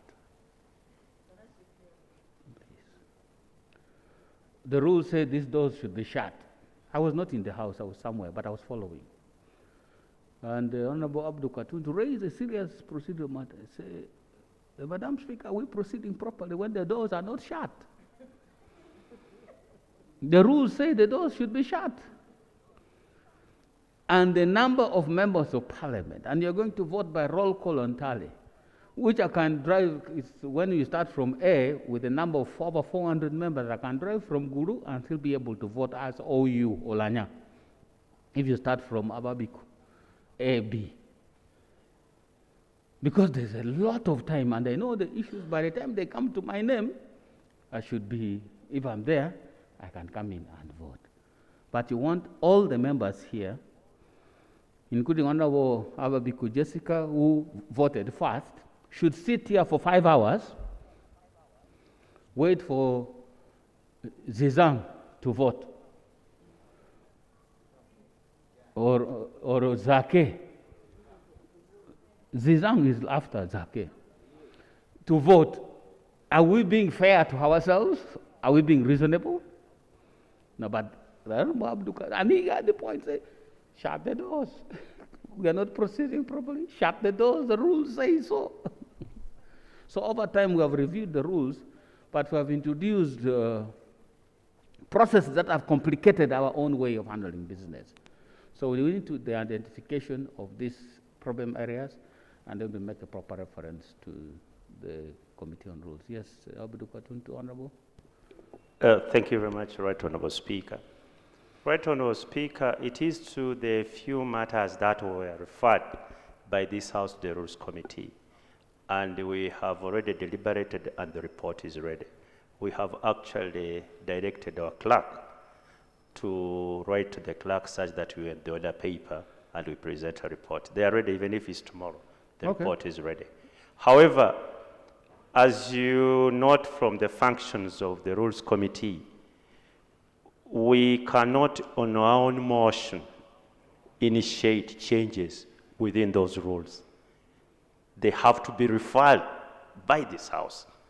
It's a little bit difficult, put us in a difficult position because we have sort of identified areas which we think were a challenge.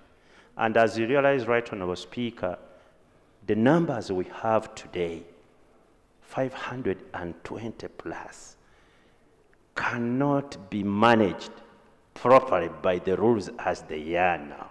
We have to revisit some aspects of that rule such that we can transact parliamentary business better. But until we have a directive from the House, maybe we can now look at all aspects of the rules that we think are a challenge, and we can make proposals to this House. As of now, we have to wait until this House directs. And you know, it makes also the committee a little bit idle, because the other aspects of the committee I don't mind. I wish the whole of my time I don't see it as a disciplinary committee. That would be the best I would wish. But about the rules, if we are not directed, or the House has not asked us to look at particular aspects, we can't do it on our own motion. So I would request, Right Honourable Speaker, that the House does give us that direction, and we shall sit and look at those aspects. I mean, that's our job, and we don't have much to do anyway, because it's not a committee that will be sitting every day like a sectoral committee. I thank you, Right Honourable Speaker. I think that is right, because we wanted to identify all the problem areas and make a formal reference to the committees so that they can handle this matter. Yes, Ajumani, is it because I mentioned your name? Yes. No, sir. Right Honourable Speaker, kindly allow me just to give my opinion on what is happening. Chair, I feel that, Right Honourable Speaker, I feel that coordination has to be enhanced between the committees and what happens here. I was here the week before we adjourned. I also got perplexed because what was referred to our committee was being again discussed here. And today, what the minister has presented is also partly what we are investigating. We found out 7 billion was lost because of land issues. It brought a lot of cases. So my prayer is you help us to enhance the coordination between the committees and what happens here at plenary. But also, sir, enhance the facilitation of the committees. We want to do a lot of work. But what is 30 million for committee work? I am sorry, but I love doing work. And all of us came here to do work. Help the committees to do better work and we shall have fruitful deliberations here. Thank you so much, Right Honourable Speaker. Thank you. Some matters are important here, and we talk about them. Some matters are administrative. For example, the issue I've just raised last has been bothering the Commission for. We have another meeting coming up, and we'll be looking at that again, because there are some challenges, but we need to fix. And we'll fix them by next Commission meeting and the proposal that will come, and the matters will be proposing to government to handle from our side. We'll have these matters fixed. So they do not worry you. That's the temporary interference in the network. So we'll be able to solve this matter properly. Yes, I see the, can I allow the Minister, then you come as the whip?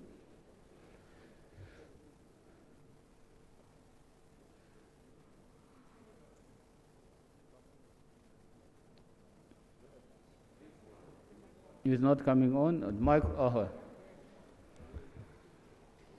Right Honourable Speaker, I think the issue the members are raising here are very serious. We need to be guided. I'll give you an example, Right Honourable Speaker, that the same issue can be discussed in several committees. Same issue. And for us as ministers, they invite you in 5 committees. Same time, at 10, you have to be here. And we are wondering, how do we proceed? And if you reach late in another committee, why are you late? So I think we need order.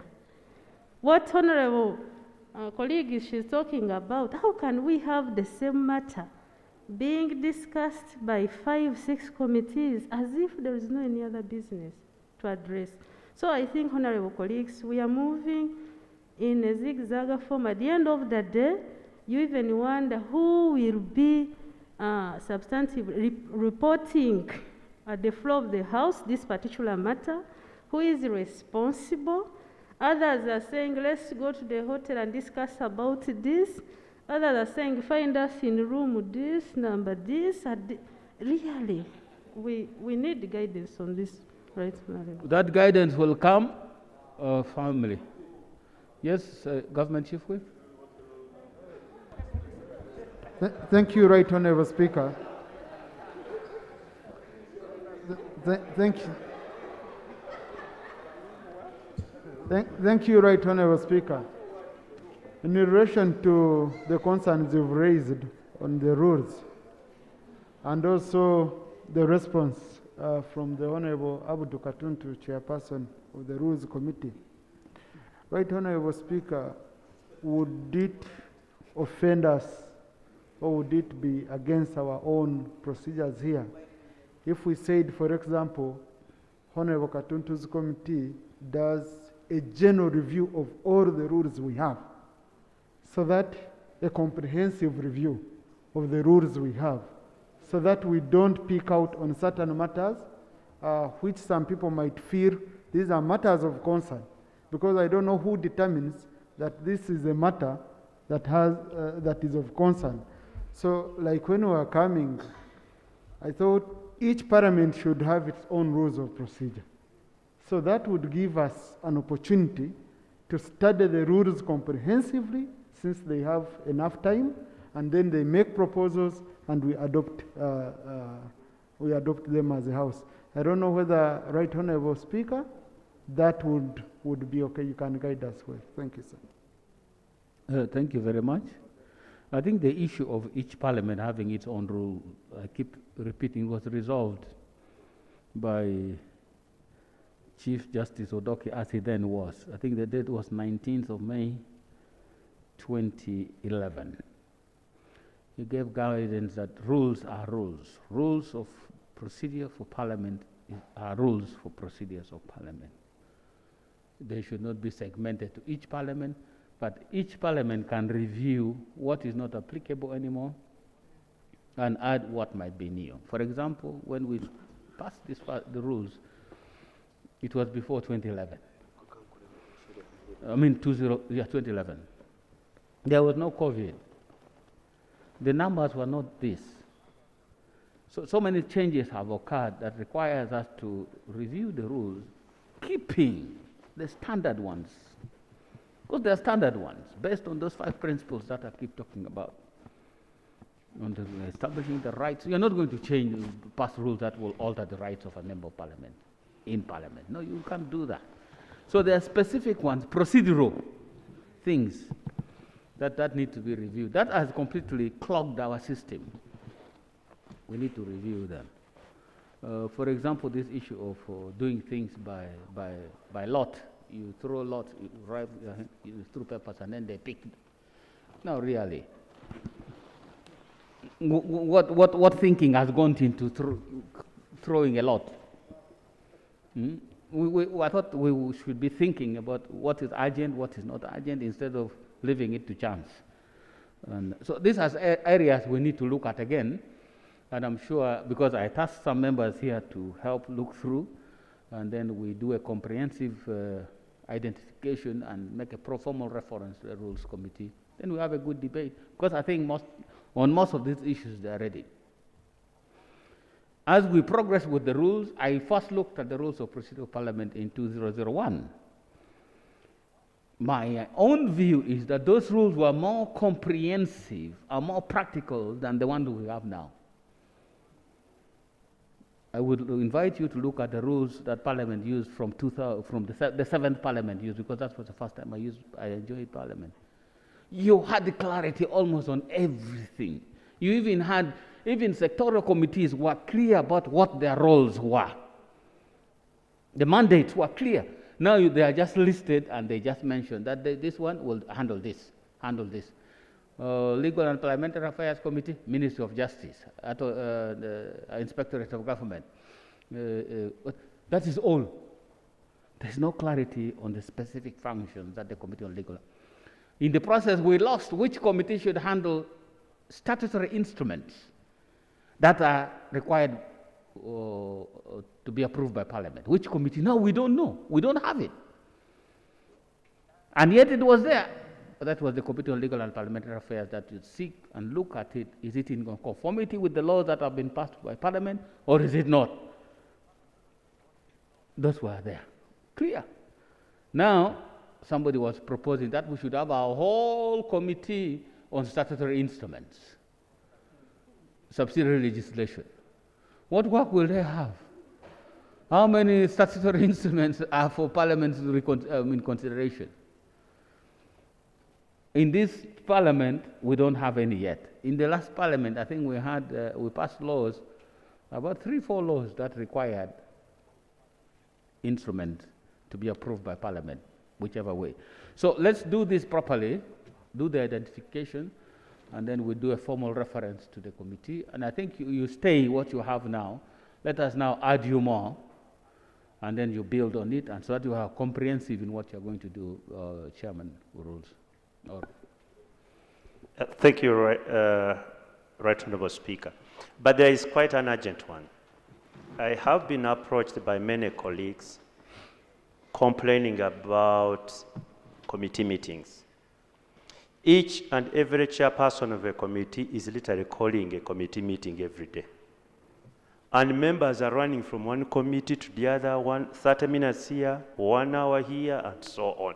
And these are the same members. Before we work on the comprehensive review of our committee, I think, Right Honourable Speaker, you need an administrative initiation where the chairpersons of committees should sit and try to harmonize something administrative. Otherwise, really members are having problems. You meet them like they are at a conference. Well, I'm in this committee, then 30 minutes here, 20 minutes here. It's just utter confusion, utter confusion. So as we wait for the formalization of what we can do, I would request, Right Honourable Speaker, that you meet the chairpersons and give some administrative guidelines such that we have an orderly working. And even calling the same people, the same time, it doesn't look well, colleagues. Thank you, Right Honourable Speaker. Thank you very much. I think we'll pause that there and make it more formal now. On On this matter, Honorable Minister, or are you going to your issue now?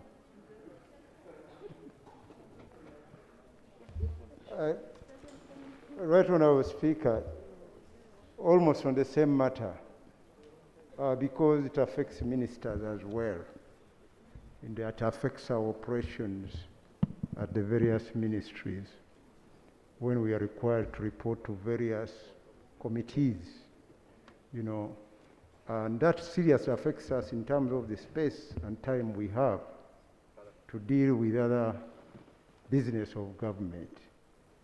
So the matter Honorable Katuntu is raising, I think, is very important because it is affecting the whole government. It's affecting Parliament here, it's affecting the executive, it's really affecting us.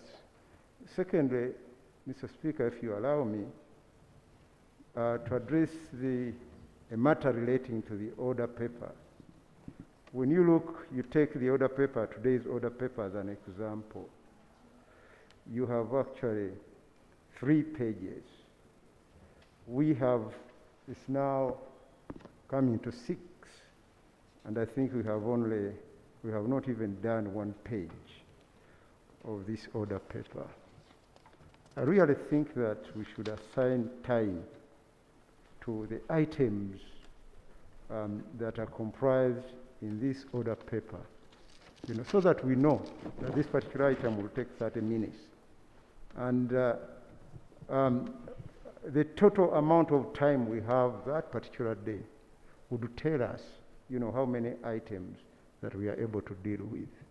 Because sometimes we come here because we have read that a particular matter I'm handling is on the order paper. And you know, we have limited space on the front bench. We cannot all be here. You know, we are guided by the order paper. So I think these are serious matters that the rules of procedure should address. I thank you so much. Thank you very much. You're actually spot on, Honorable Minister, but these are the issues we have to deal with. But as you will recall, from the time we came here, actually we have been focusing mainly on the order paper. And the order paper is loaded with the kind of business I am critical of. Real substantive business for today should have been bills first reading, substantive business, laying of papers, and the motions. All these other ones, if I was to be strict, and some people accuse me of being very strict, these other ones wouldn't have dealt with. So I'm now also trying to make, not be too strict, but in the process, we have these situations. Because ordinarily, the whole of item 4 should not